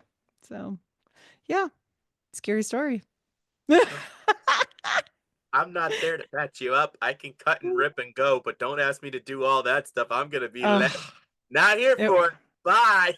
it was a bad day. Let me tell you, I had to go home after that. And I'm usually pretty tough as nails, but not when you're there just for a class, okay? I just had to go pee. I was like, oh my gosh. I was like, what the hell? And sometimes my kids are like, remember that one day you came home all covered in blood? I'm like, yes, I remember that. Yep. Yeah, I'm like, never going oh, to forget. yeah, no, never. So Anyways, there's our scary stories to end on a silly note.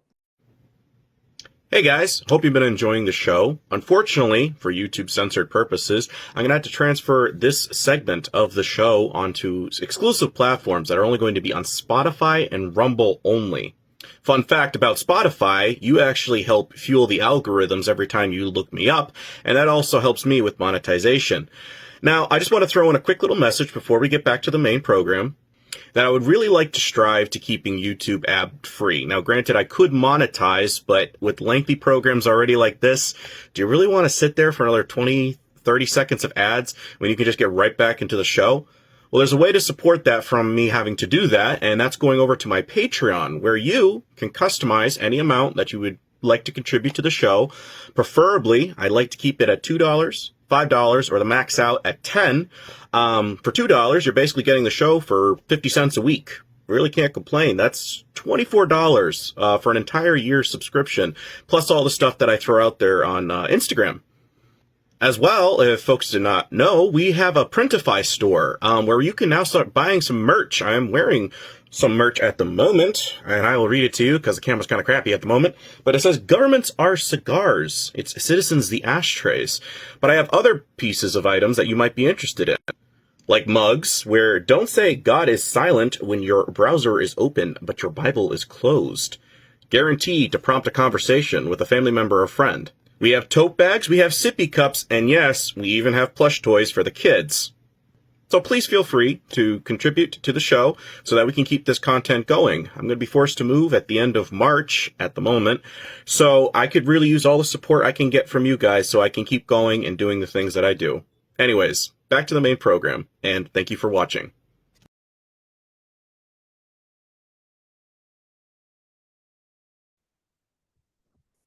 You not sick? That's crazy.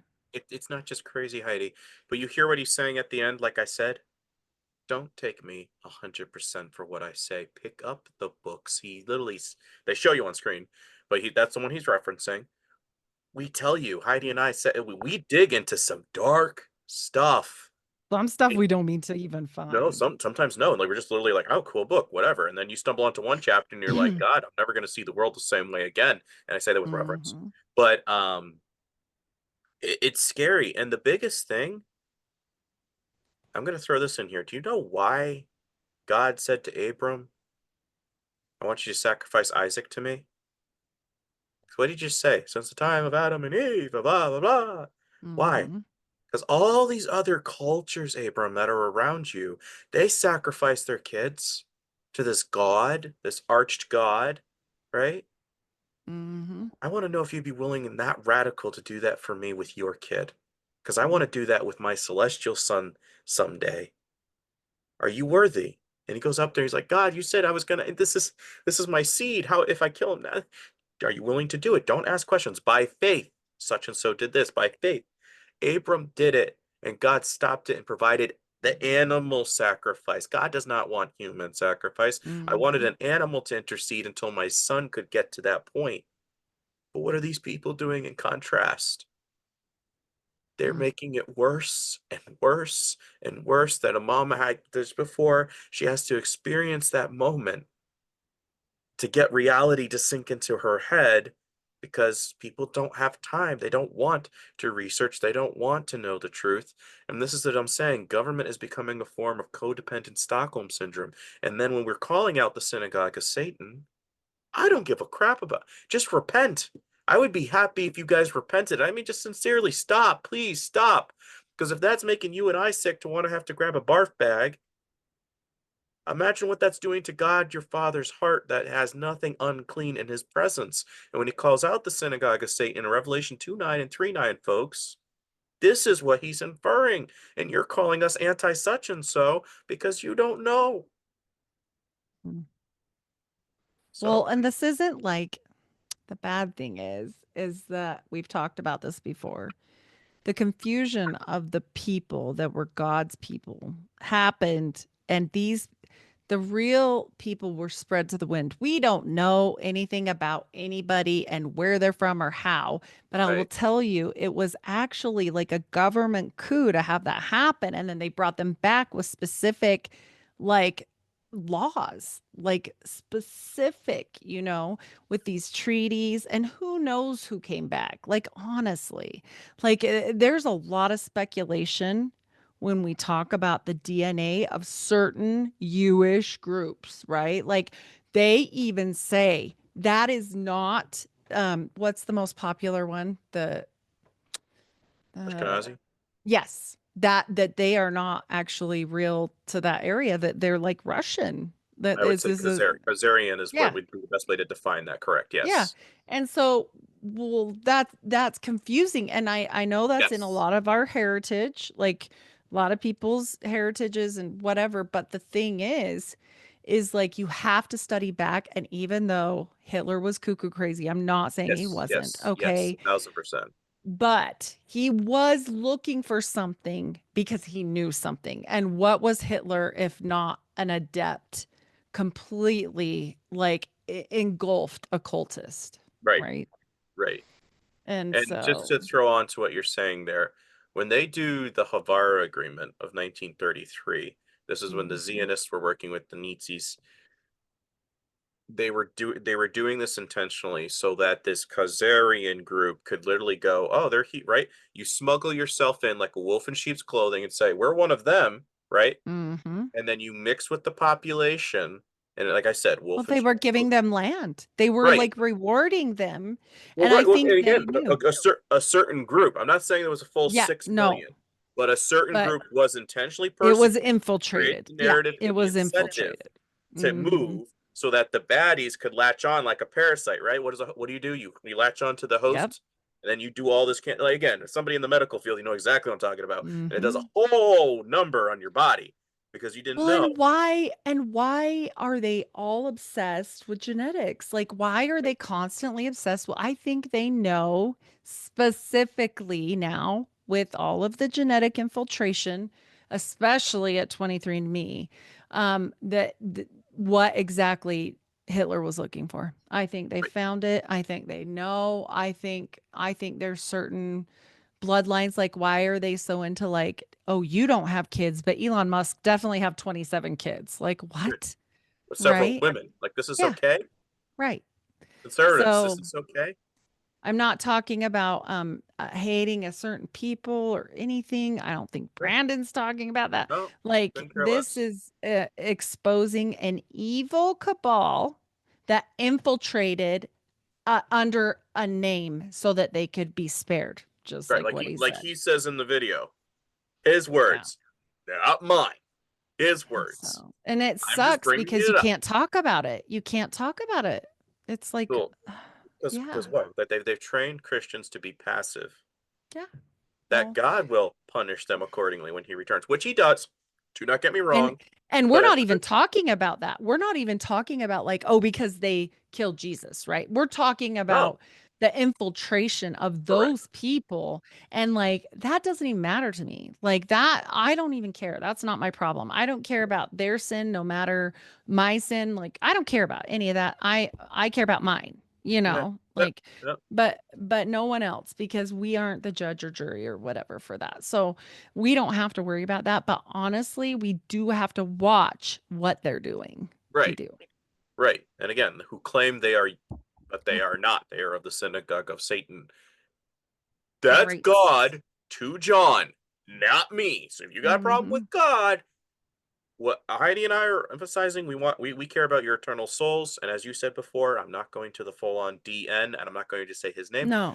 But what I'm stating is that everybody and creature has a chance to repent and come to the saving grace of Christ. That is what we push ultimately. We don't care about all this other, we need to annihilate or cause this or No. that. I don't No. care No. about that. What I'm calling out is this is something that grieves God's heart. It's something that does exist, and it's something you see every single day when you drive by it, and it connects with Baal worship. I am condemning a pagan practice. I'm actually calling it what it is, Right.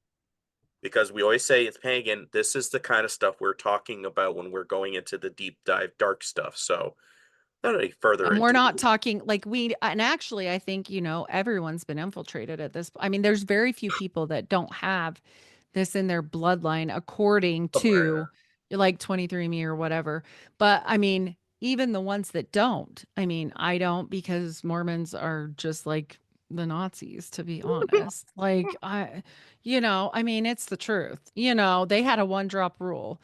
And so, like, this is why. But like I'm just saying, when we look at things and we understand that this isn't a persecution of a community or ethnicity or any of that. This is a persecution of literally probably a demonic overtaken. I don't even know what they did. I Mm, don't know, because it's scary. I mean, and that's a worrisome thing. I'm not saying that's like people's relatives. I'm talking about the cabal. right. Yeah, it's scary. So, We're going to hit anyway. time and count 3. So, with hearts, we're continuing off of the part that got censored. If you went to those other platforms, good for you. It was a little bit dark, but Heidi and I managed to stomach through it, and we cleared a little bit of the air. However, when we're continuing with the heart thing, isn't it kind of weird that a certain Mr. DJT took a photo shoot? Again, this is not a real photo, it's AI, but I'm just throwing it out there that he felt the need to do a photo shoot at this particular establishment. Now, if you just watch those 2 videos, And on the plane. Yeah. yeah, you're kind of a little bit sick, because his name etymology traces to this same thing, right? What? Yes. So, again, who is the Roman version of Adonis? It's Tammuz. Let's break this down a little further. Donald means world ruler. Trump, to deceive, one up, or outdo somebody else. Donald stems from Adonis. Adonis equivalent is Dumazid. Dumazid, a Sumerian goat, again, shepherd god. Dumazid's equivalent is Tammuz. Tammuz in the Greek was known as Hermes. Hermes in Rome was known as Mercury, and Mercury traces directly back to Marduk and Baal. Don means lord, master, or owner. Could also mean sometimes husband. Tammuz is Christ's pagan doppelganger, the occult's messiah figure, Nimrod's son, and his symbols are the all-seeing eye, the caduceus staff, the infinity logo, or the Ouroboros, and the cross, the very symbol that Christ died upon. So with all these things coinciding, connecting directly to Christ's pagan doppelganger, what did Christ do? I sacrificed my son once and for all. It was the only human sacrifice that I did endorse and improve, because I had to break it between celestial and earthly. Now, if you accept my son, who was that perfect sacrifice, because you guys want to play in blood games, so here we go. I'm going to settle it once and for all, but it's the only one that I endorse because it is my son. And why did I have to submit to sacrifice my son? Now, again, if you're saying it was God, you have to submit to the Father. Whoever submit, no one comes to the Father but by me. So you submit to the Word, which is Christ, the Word made flesh, John 1:14, and Revelation 19:13. The name of Christ is the Word of God. You submit to the Word. This is how you get to the Father. It's not I go through God in order to get to God. That's Nimrod and Tammuzism. That is the occult. Whereas in Christ, I submit to the word because I love the Father. Thy word is a lamp unto my feet, right? I hide your word in my heart that I may not sin against God. So to follow Christ is to emulate the word, right? In obedience to the Father. Father, if you let this cup pass from me. What does he say when he's on the cross, right?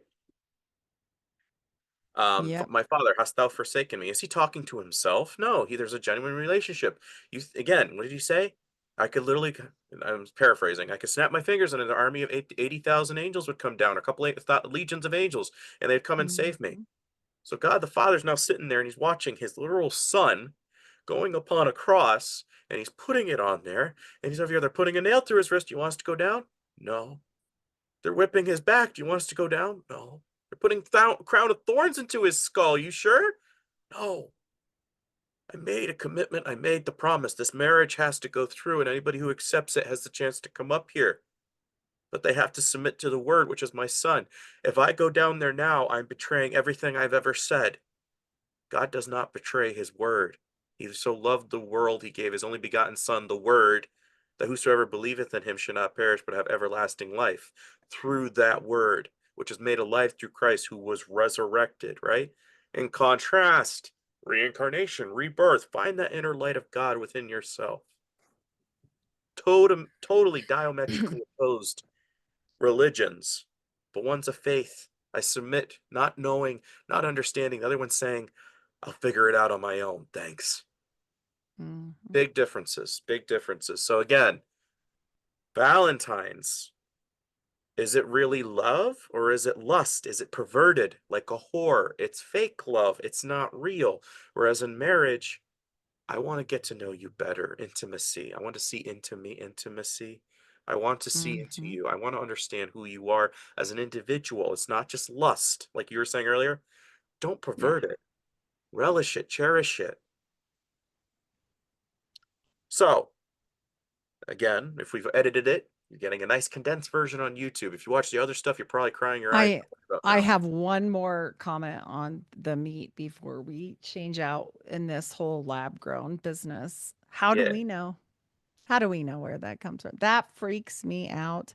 How do we know where that comes from? Like, we don't know. We don't, there is no way you're ever going to know. And here's the thing, for all the animals I see in the world and all of the farms and all of the things, and they keep killing and extincting everything because of the flu, Mm-hmm.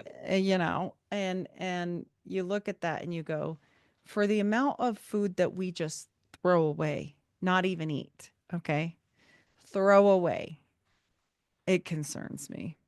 Yeah. They do that by I don't design. know. They want us to waste. And so Well, now like, what if they it is what is uh-huh. that? What if that's their cover for people meat? Oh, it's lab grown. Don't worry about it. Oh, it's just lab grown meat. Right? They create the fictional Yeah, theory, whatever. yeah, Oh, you're eating disgusting. bugs. You're not eating Ugh. bugs. Well, again, maybe in some cases, but for most cases, they're normalizing what they already do in the dark, but they're making you think Mm-hmm. it's this. And no, it's sick. It's sick, sick, Mm, sick, sick. Anyways, clear. origins of the heart shape. The first known depiction of a heart shape was a symbol of love was in the 1250s French manuscript, the Roman de la Porre, probably butchering it, in which a young man holds his vaguely pine cone shaped heart up towards his lady love. Up until the 14th century, the heart was usually depicted upside down. Kind of looks like a phallus with a dingleberry. Just saying. Yep. So, The origin of the heart shape for Valentine's. The first known depiction of a heart shape, again, was in the 1250s. Holds its vaguely pine cone-shaped heart up towards his lady love up until the 14th century. So again, these are two different articles from different things, just throwing it up there for folks. Hmm. So again, just throwing in the Christmas thing because it does connect, but more so with the January 6th thing and the conifer yew tree. Conifer means yew, means a particular type of tree. Hence, when I'm always going on to this, I'm talking about a religion which connects to Corona with the Hermetic Kabbalah tree of life. If you don't know what we're talking about, feel free to pause, go Google and go Google what YEW means, and you'll understand why we're not using the J word, we're using the U word, because we're then talking about, look up this, Hermetic Kabbalah tree of life. And this pine cone could also represent Baphomet shaft in the very center. When you see that little light thing in the very center of the top, that could be the equivalent of a pine cone. It is finding the inner light, everlasting life within yourself, which is what the conifer tree represents. Attis was also known, again, an equivalent to Muse, as the spiked crown, aka Helios, Statue of Liberty. He was the savior god and very much parallels that of Christ. He was around December 25th to a virgin mother, quote unquote, and was sacrificed to save mankind, and he was killed underneath the conifer tree. So, blah, blah, blah, blah. And the tree bearers was supposed to represent the sacred groves that were brought indoors in the memory and the death and resurrection of Attis, who is linked to Apollo, the sun god, an equivalent of Nimrod's son Tammuz, Apollo, Apollyon, resurrection, Osiris rising. We just had this thing with the inauguration. That's all I'm saying. And with J6, you had the epiphany of John the Baptist with Catholic lore, allegedly. That was the day Christ was baptized by John the Baptist, as well as an adolescent was allegedly visited by the Magi. The root word for Magi, MAGA. Again, what did we choose? The crowd chose the insurrectionist, not caring about political parties, just saying that is the title given to him. They chose the insurrectionist over Christ or country, right? You had the choice of choosing the man or the opposite. So, and as well,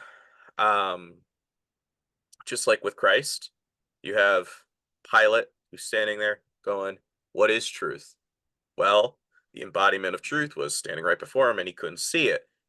Similarly, we have another individual that creates a platform called Truth Social, right? The dichotomy is there, just a little bit of a So pine cones, hearts, J6, Christmas trees, as again, Tannenbaum Trump, I broke it all down. That does connect Tannenbaum, Tannen with Biff Tannen, and Baum connecting with the tree. Yes, it does connect. Yes, Biff. Yes, I remember when we figured that out live. Or Yeah. not live, but it was Yeah. funny. It does make you scratch your head, whether true or not, but the writers did Mhm. confirm it was based on Donnie J. So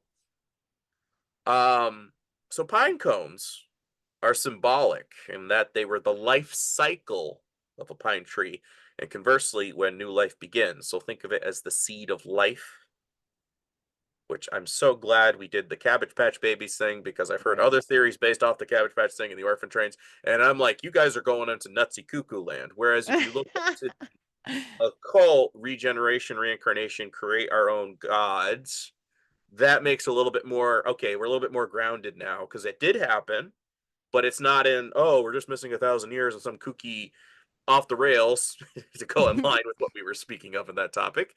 It makes a little bit more, okay, I see what you guys are doing. I see what you're doing. And it's never changed. This is the genetic manipulation has been going on for literally aeons. Mhm. So many reliefs excavated, out of all places, Mesopotamian sites, depict gods or superhuman beings holding a bucket in one hand and a pine cone in the other. Might be affiliated with the Hermes purse, right? Hermes and Mhm. Tammuz. Mhm.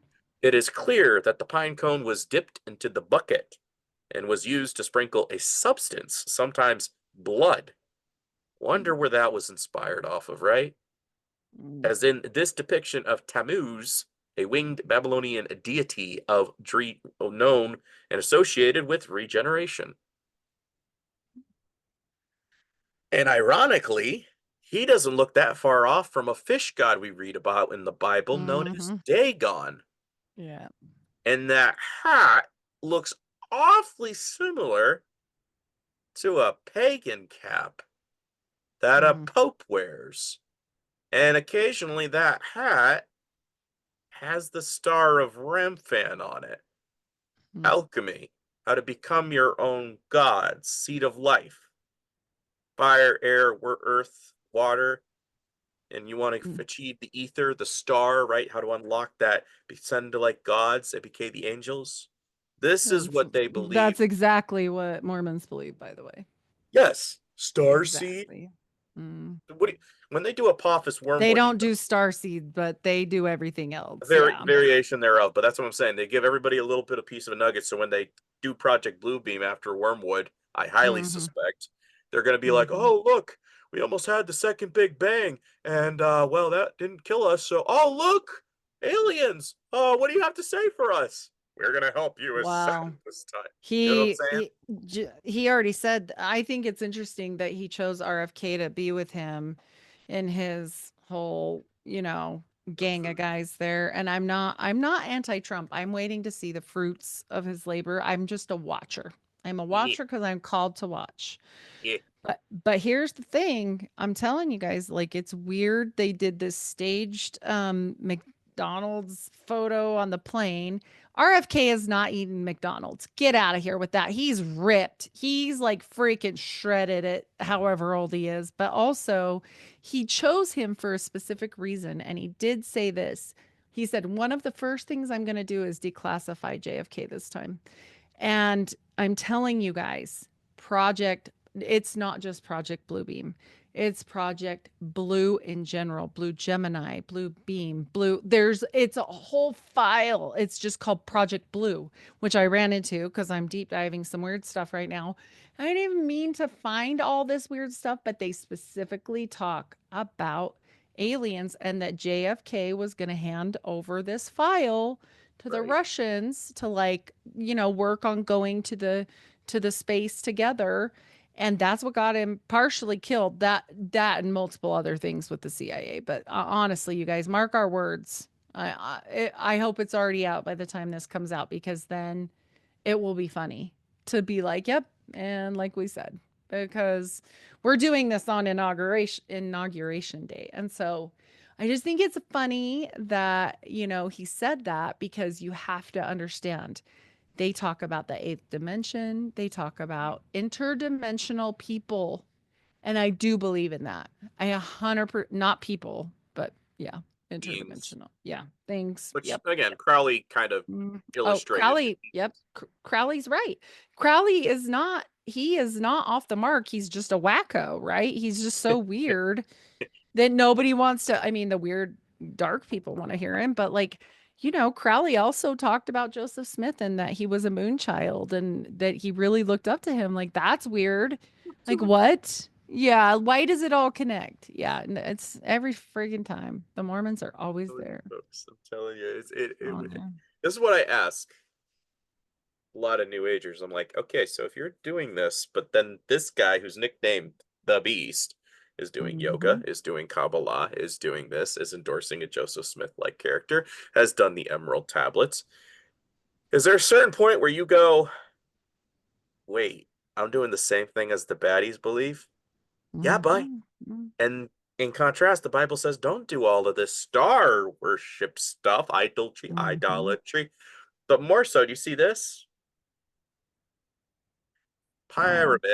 Pyramid, pi, fire, Re, Mhm. Ra, the sun, mid in your midst, fire of the sun god in your midst. We either put an angel or a star atop of the tree, right? Why? To Yeah. ascend to become like your own god. Angels were known as star walkers. Luke Yep. Skywalker, Star Wars. I'm just saying, there's Mhm.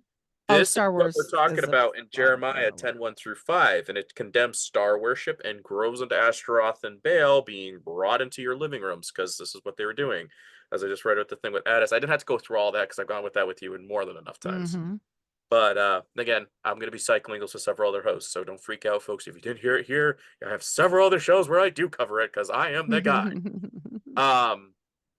But again, this Addis guy, as which I just inferred, he is affiliated, and some claims have found him a lot of parallels with Christianity and the mystery religions, particularly in the cult of the god Addis. Some say Addis was born on December 25th. Again, they're trying to say Christ and God, one and the same. Rebirth, regeneration. Not the same thing. So, we can skip that.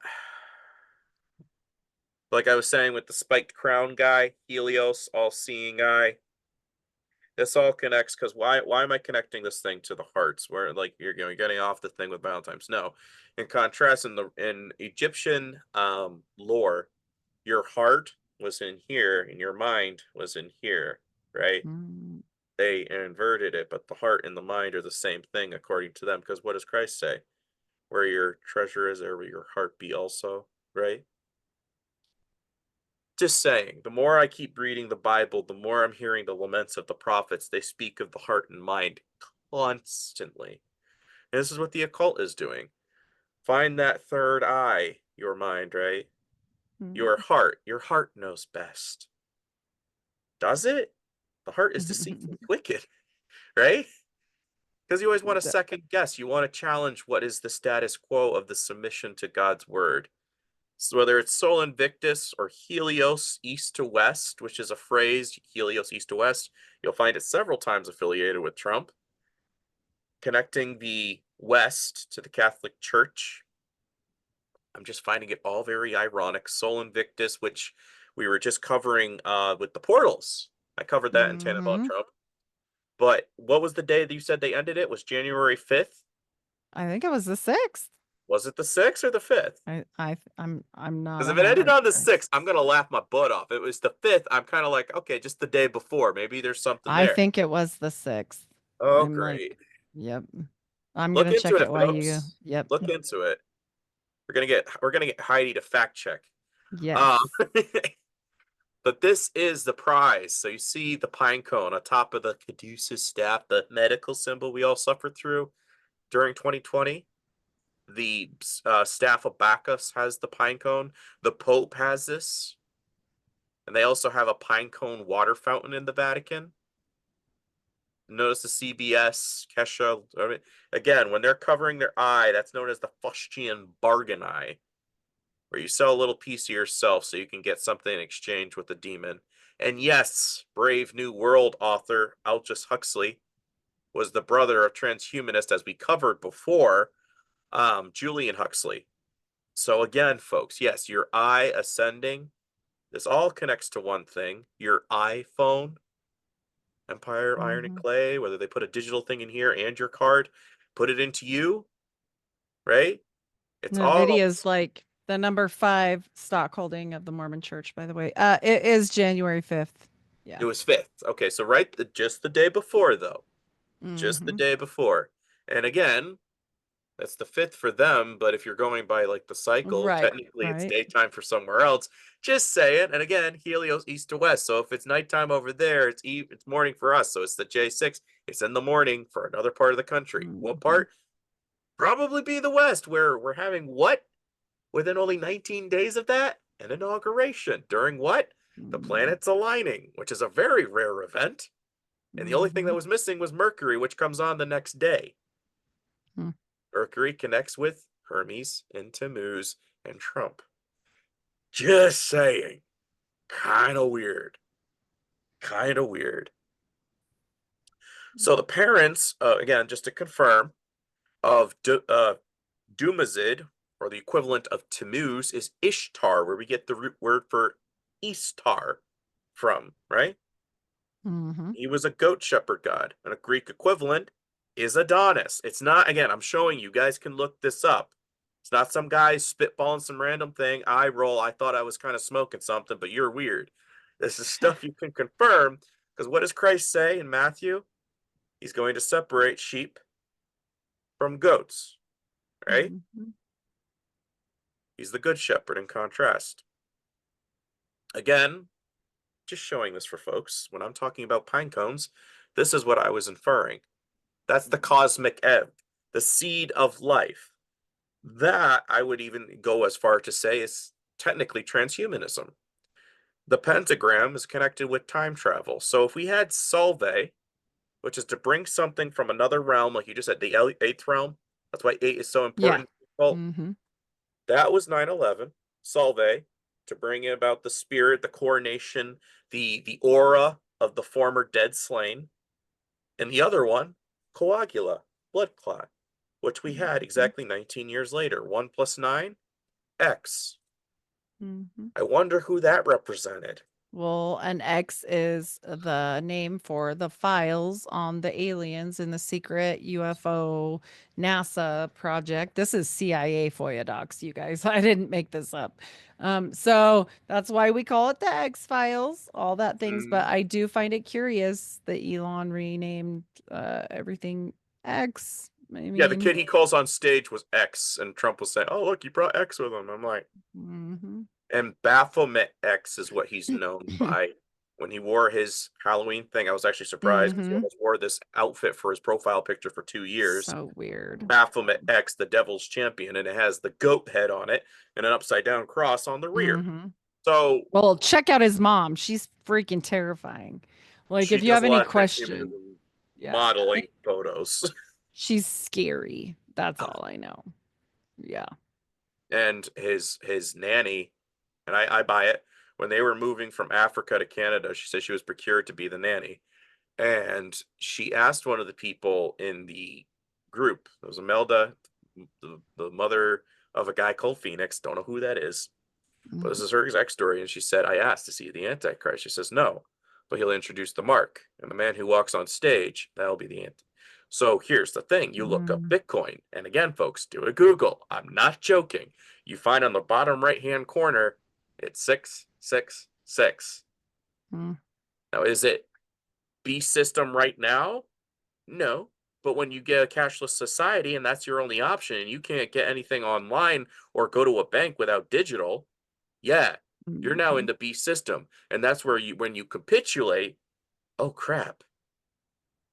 Do you want that or do you want to submit to Christ despite whatever is going to be? That's what I'm pressing mhm, because they want you to buy their star seed genetic transhumanism, you know, 6 neutrons, 6 electrons, 6 protons, your carbon, right? This is what they want. Carbon copy, splitting the atom. mhm, This is conjoined as above, so below. There was a guy, I'm going to call him out. I don't care.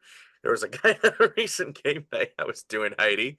And I was in one of the guys there, he was asking about some of the stuff that I do on the show. And he was asking about what's this mean? What's that mean? So, of course, I feel obliged to talk about what I know. Now, mhm, this individual, he was eye rolling everything that I was saying, and I'm like, well, this is my area of expertise. And the other guy's asking. I'm not going to be rude, and but he was asking.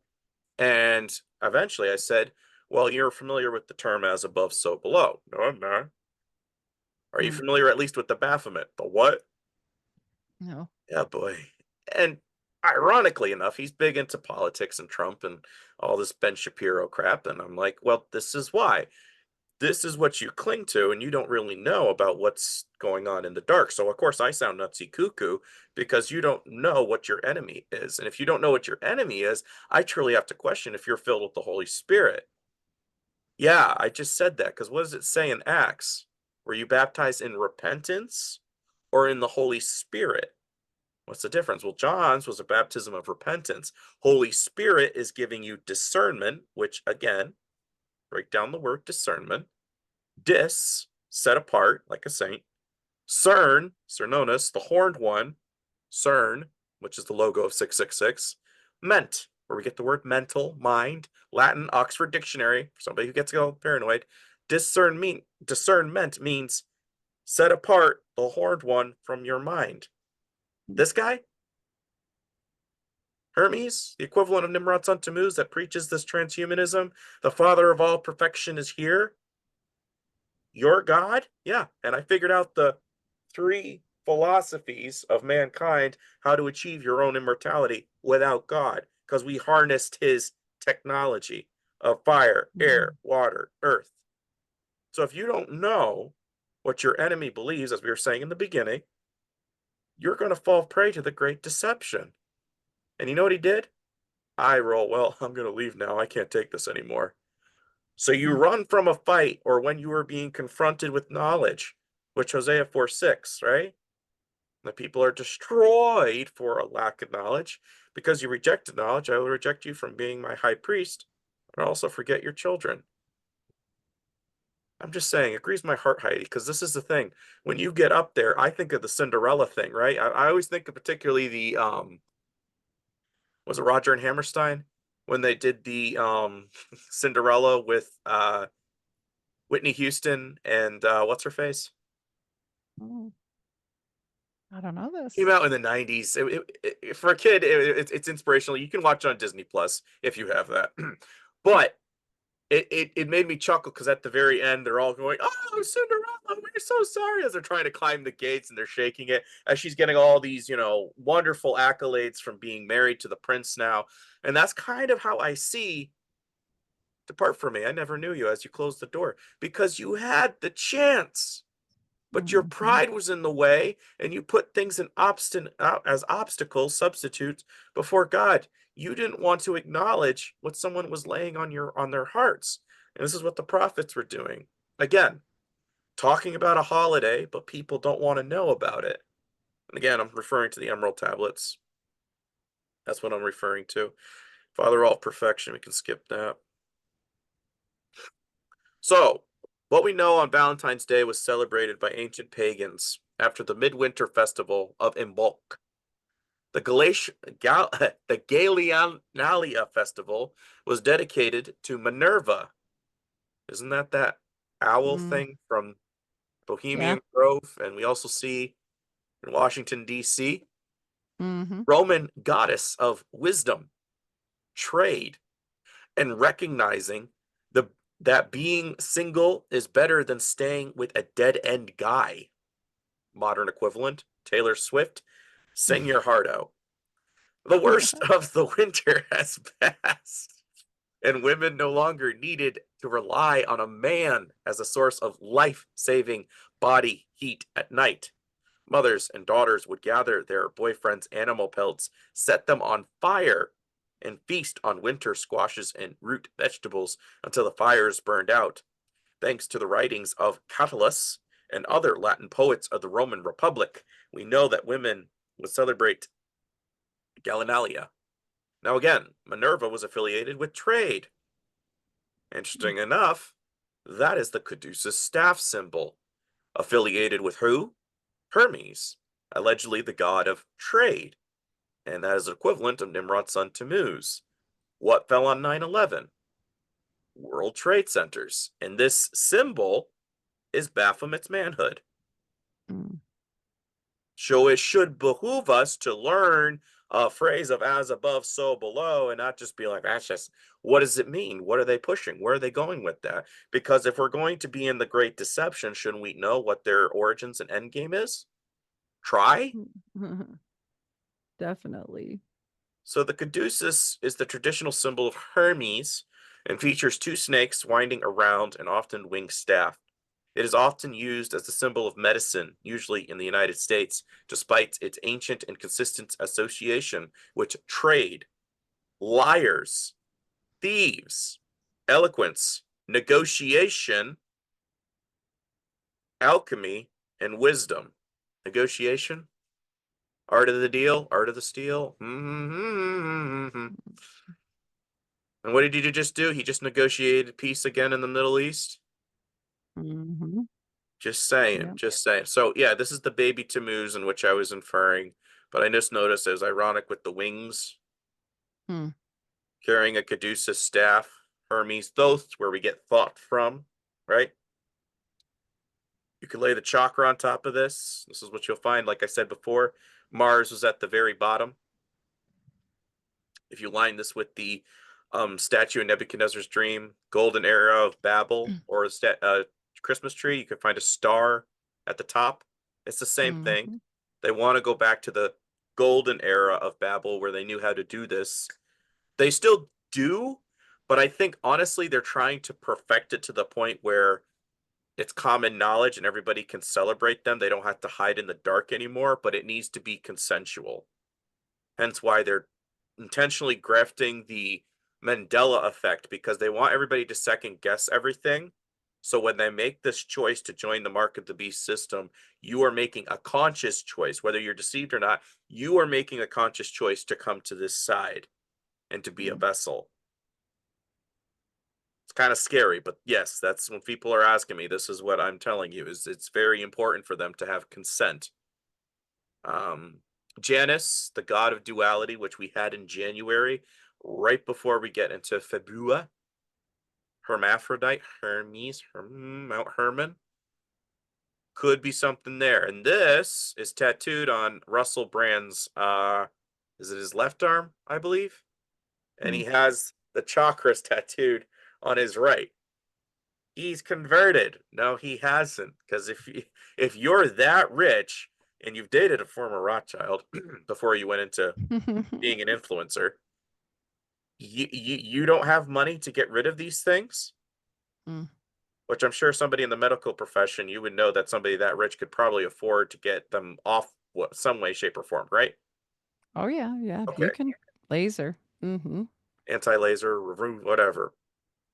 Oh yeah, I had drawn to him on Instagram, draw this for me, but I said if I had to draw something for the occult, I'd have to have the wings. If I had to have a badge for the New World Order on a logo to be absolutely obvious in your It's your face, sigil. Yeah. yeah, that would be it. In a comic book world, I was thinking I actually might even added horns to that, but such as it is. But that's literally all of it encompassed into one. You know what I'm saying? How to ascend to become your own god. And I would actually chuckle if they stole this and used it after we were all killed. Be We'll like, be I gave him laughing. that idea. Yeah. Again, the Satanic Temple on X, aka, again, it's X.com, so this means this was after Elon. Sol Invictus was equipped with Baphomet's head. Mm. They know what they're doing. They know what these holidays mean. They all interconnect, whether people want to say they're all separate, they're all, no, they all interconnect. So, Galcatio sojourns to the truth of the spiritual renewal from the death of old relationships to the north. Iron Age Celts placed bouquets of flowers on the graves of sacrificed boyfriends. In the 4th century AD, right when Christianity was starting to heat up, Pope Julius I sought to establish a new holy day to memorialize not only but several saints named Valentinus, who were all brutally martyred in different and inspiring ways. He wisely chose to adopt and absorb the traditions of Gallinelia as part of the feast day assigned to February 14th on the Julian calendar. This resulted in a short-lived transition holiday of Manure Valentine's Day. Mm. Yeah, which became Galentine's Day, which became Valentine's Day of modern parlance. Valentine's Day was popularly embraced, but over the years, church leaders worked to change the focus from pagan breakup customs. They downplayed dumping of sacrificing boyfriends, especially by the Middle Mm. Ages when the Or Crusade. whipping girls. Yeah. Whipping girls, killing guys. Like whatever. I mean, we gotta Sounds we like gotta a calm this lovely time. down, people. Holy cow. Like Hunger Games on steroids. Wow. Changed the focus from pagan breakup customs. They then downplayed dumping on sacrificing boyfriends, especially by the Middle Ages, when the Crusades were becoming the real PR fiasco. Instead, religious tracts encouraged women to get back out there and mingle, not look for anything serious necessarily, but open to having fun. Okay, back to what I said about Valentine's Day. This is what you don't do. Don't Right, do that. right. The whole beauty with Christianity, if you truly are a Christian, is you're saying, God, I stumble, I do not always understand your ways, but I always come back to you because I understand your ways Mhm. are always above my own reasoning. I do not understand, but I submit to it. Don't skip And dinner, but don't do that. Don't be come on. Like let's get let's get a little back on the path. But like you get away said, from your Taylor Swift witch concerts yeah, like you when said, she's don't do promoting. that anytime, right? Like don't be Right, doing that right. like anytime. That's just yeah. Yeah. But it's again, it's subtly already answered. But look at what it's doing right now though. Look at all the open and I'm trying not to offend people, but listen. This is supposed to be a Christianity thing, so we Mhm, shouldn't mhm. be doing that. We shouldn't be, having open relation. It just causes chaos and a mess. My Well, dad, when it got kind of popular and he was still alive, and he was a child that was of partying in the 70s, man, like not born in the 70s, but he was an adult in the 70s. And I'll tell you, he told me once, he said, all that and polygamy is a disaster because it never helps anything. It doesn't help your life. It doesn't help your marriage. It doesn't help everybody says it's so fun and cool and edgy, but actually it's just, and my dad, you'd have to know, he wasn't a Mormon ever. He wasn't he was a wild one. Okay. Like my name is Heidi Love for a reason. Like really. So you got who he is in a nutshell. And he was like, this is never do that. That's a bad plan. So that's from a dirty take it, hippie in the 70s. And take it from the man himself. It has yep, been renounced yep, unequivocally. yeah. Um, that's not even the thing, Heidi, is like I always tell folks I don't do dating. I do because archaeologists date things. I prefer courtship. And even today, I don't think you should be dating even for a full year. What? Well, I mean, unless you're, younger or whatever. But for Mhm. me, I'm over here like I think you need 3 or 4 months to kind of determine is this going to be something? Because let's be honest, you really don't get to know somebody until you marry them, and from there, it's a commitment. Yeah. So make sure you get to meet the family, talk minimum 5, 6 months tops, tops. But especially in the end times, you might want to speed it up and just get married. You know what I'm I saying? mean, I think people I waste so I much did time. do that. I did get married really fast, and I think I was an idiot for it. But I think it's all about I'm telling what your you're husband. doing. No, no, this is why I'm divorced. This is, Oh, that one. Oh, oh, yeah. yeah. But I was also a child and he was a grown up. I mean, I was Right. 17 and he was 25. But, like at the end of the day, definitely, I will say this, make sure your goals of God Right. align. Right. That's paramount. That's huge. Absolutely. And Yep. actually, it is the only other thing in the Bible that you can leave for is adultery and non-believers. I mean, they don't want you to leave, but like if it's hopeless, right? Or It's sometimes they leave you, as we know with our yeah, certain friends of ours. Yeah. yep, yep. It's a It's real thing, sad. folks. It's a real Yep, thing.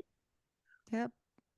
So So in sad. later years, breaking up with boyfriends would actually be condemned as heresy, which historians attribute to the church's desire to propagate as much as possible and the fate of a massive plague-related personal losses. So basically, we're losing lots of people. You can't break up. We've canceled it. Hmm, But now, through via the veins of feminism, they've brought it back. Kind of hmm. sad. Kind of sad. We already touched on that. I could probably update this. I think a lot of this stuff is a bit excess. Oh yeah, just saying.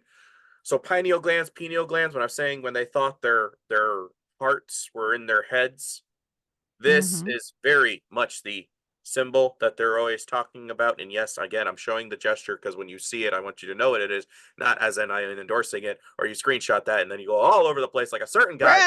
Brandon's this, blah blah. Oh, what some guy.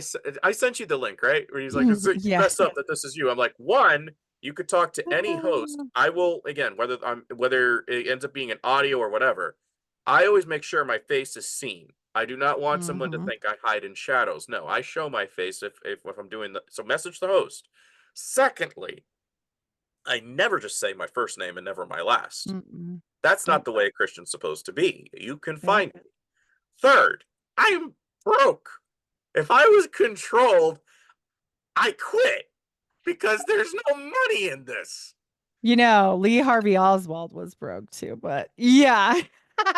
Living again, thank you to The everyone on first Patreon who two. is listening, because you are literally keeping me alive. You are my only source of sustenance. That and you and prayer to God. So I truly shout out to you people. Because Yes. honestly, I enjoy having these talks with people like Heidi and getting this info out there.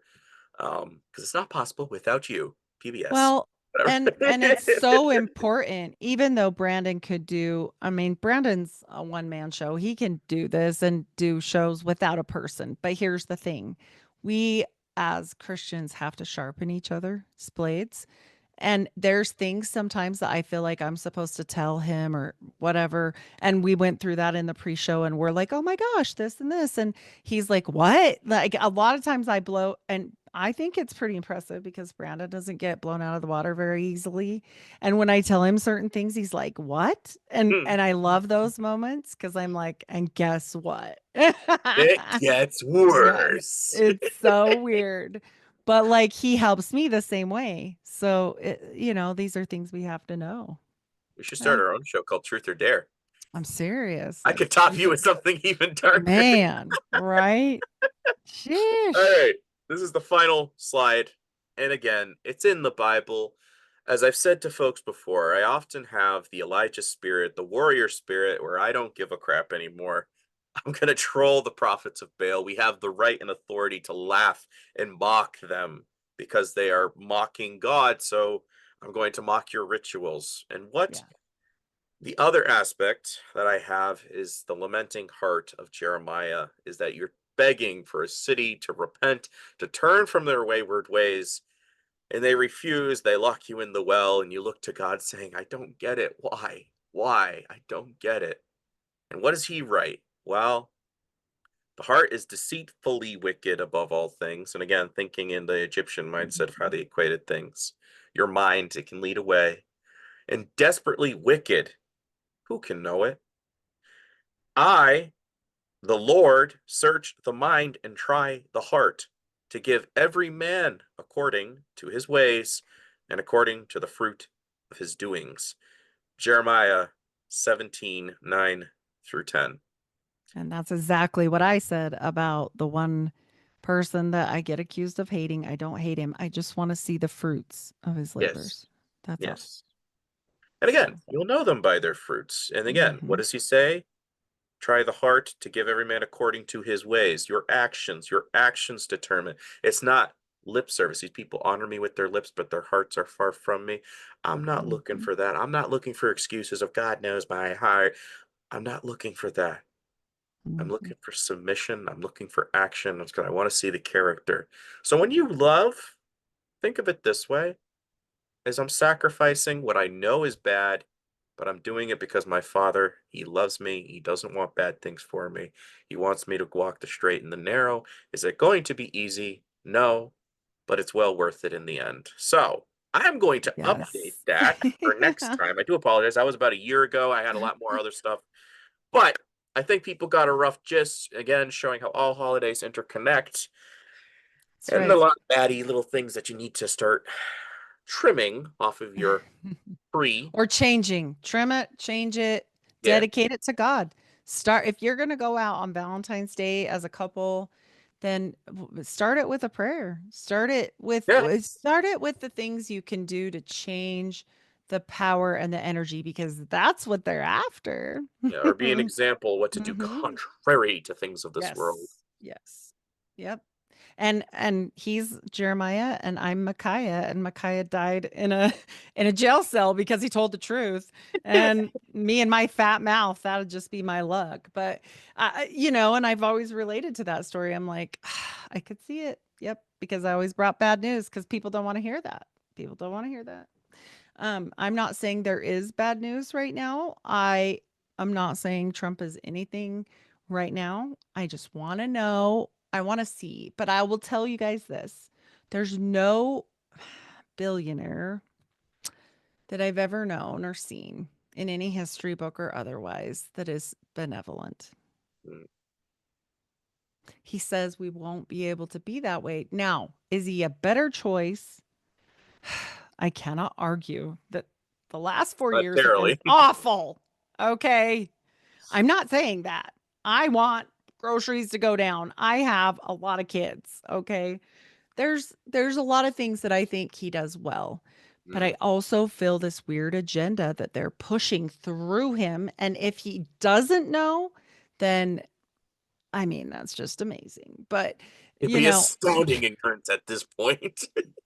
I think Fritz Springmeier's book, and the way that some people look at the way the bloodlines are, and Gary Wayne speaks of this as well, and I have done a lot of searching on this because some Mormon sects say that they descend directly from Jesus Christ. And I'm going to be doing a whole show on this because they marry each other and uncles and sisters and yeah, the whole deal.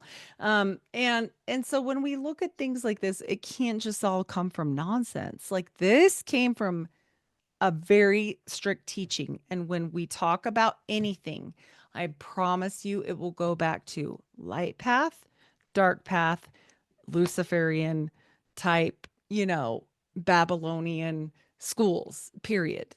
Like Right. it just, they don't send their kids where you send your kids. He said that on the video. Like it's just not, it's not. And I mean, if you send your kids wherever, that's fine. But we still have to teach them the other part, right? There's like more to teach. So hopefully we'll give you guys the knowledge and you guys can pass that down to your kids and spark enough. We won't give you everything, but spark enough to go forward, right? Because I always tell people like I was a normie until 2020. And like when people say, isn't that so stupid that those people, I'm like, I was that stupid. I said that to a podcaster last week. I said, they're I like, was. can you, they're like, can you believe that? I'm like, yeah, yeah. Yep. And he forgot who he was talking to as an ex-Mormon. He's like, "Oh, yeah, I guess you can." I'm like, "Right," because born into it. Like, what else did I know? Right. Nothing. Yeah. And so, with that, hopefully we've enlightened you guys and taught you some things, and we can tweak it. We can change little things here and there. We can dedicate things. We can change the energy.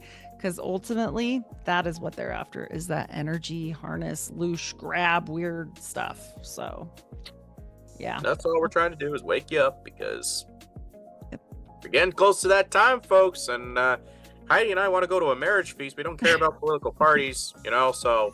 Yes. No, not for me. Nope. And not for Brandon. And, I didn't watch the inauguration either. I just, I just was like, I think there's enough people watching that. And it wasn't because I don't like him. It's because it's enough. They're all on the same team. Like they're all on the same. I've never seen one billionaire do things just for benevolence or they'd be broke, right? You'd save the All I world. want to say is they don't really care about us.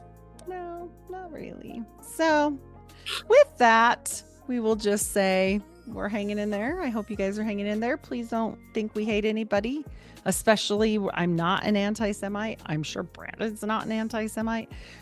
This is not the point. And people get really offended with that one. And I get it. I get it. We're not talking about that. We're not. We're talking Ideologies, not ethnicities. No. Khazarian is what we mean. We are very careful with word choices or else we don't get to talk anymore. So yeah, fun Try to times. incorporate it into your own conversations and maybe you can continue just like us until we're all kicked off by 27. So, I know, right? Yeah. But yeah, everybody can find me, Mana Daily Podcast, Spotify, Rumble, YouTube, occasionally BitChute and Odyssey, and Patreon. If you can support, I am most grateful as I'm forced to move at the end of March. So a little bit counts if you can. Otherwise, I have some merch if you're interested. Always recommend that because you help encourage other people to go look up the show. And Heidi, as always, thank you for having me on. Thank you so much, Brandon. And I appreciate you always. So happy in my journey that I got to meet you as a friend and a colleague. So I appreciate you. And with that, everybody, we'll catch you on the next one. Bye.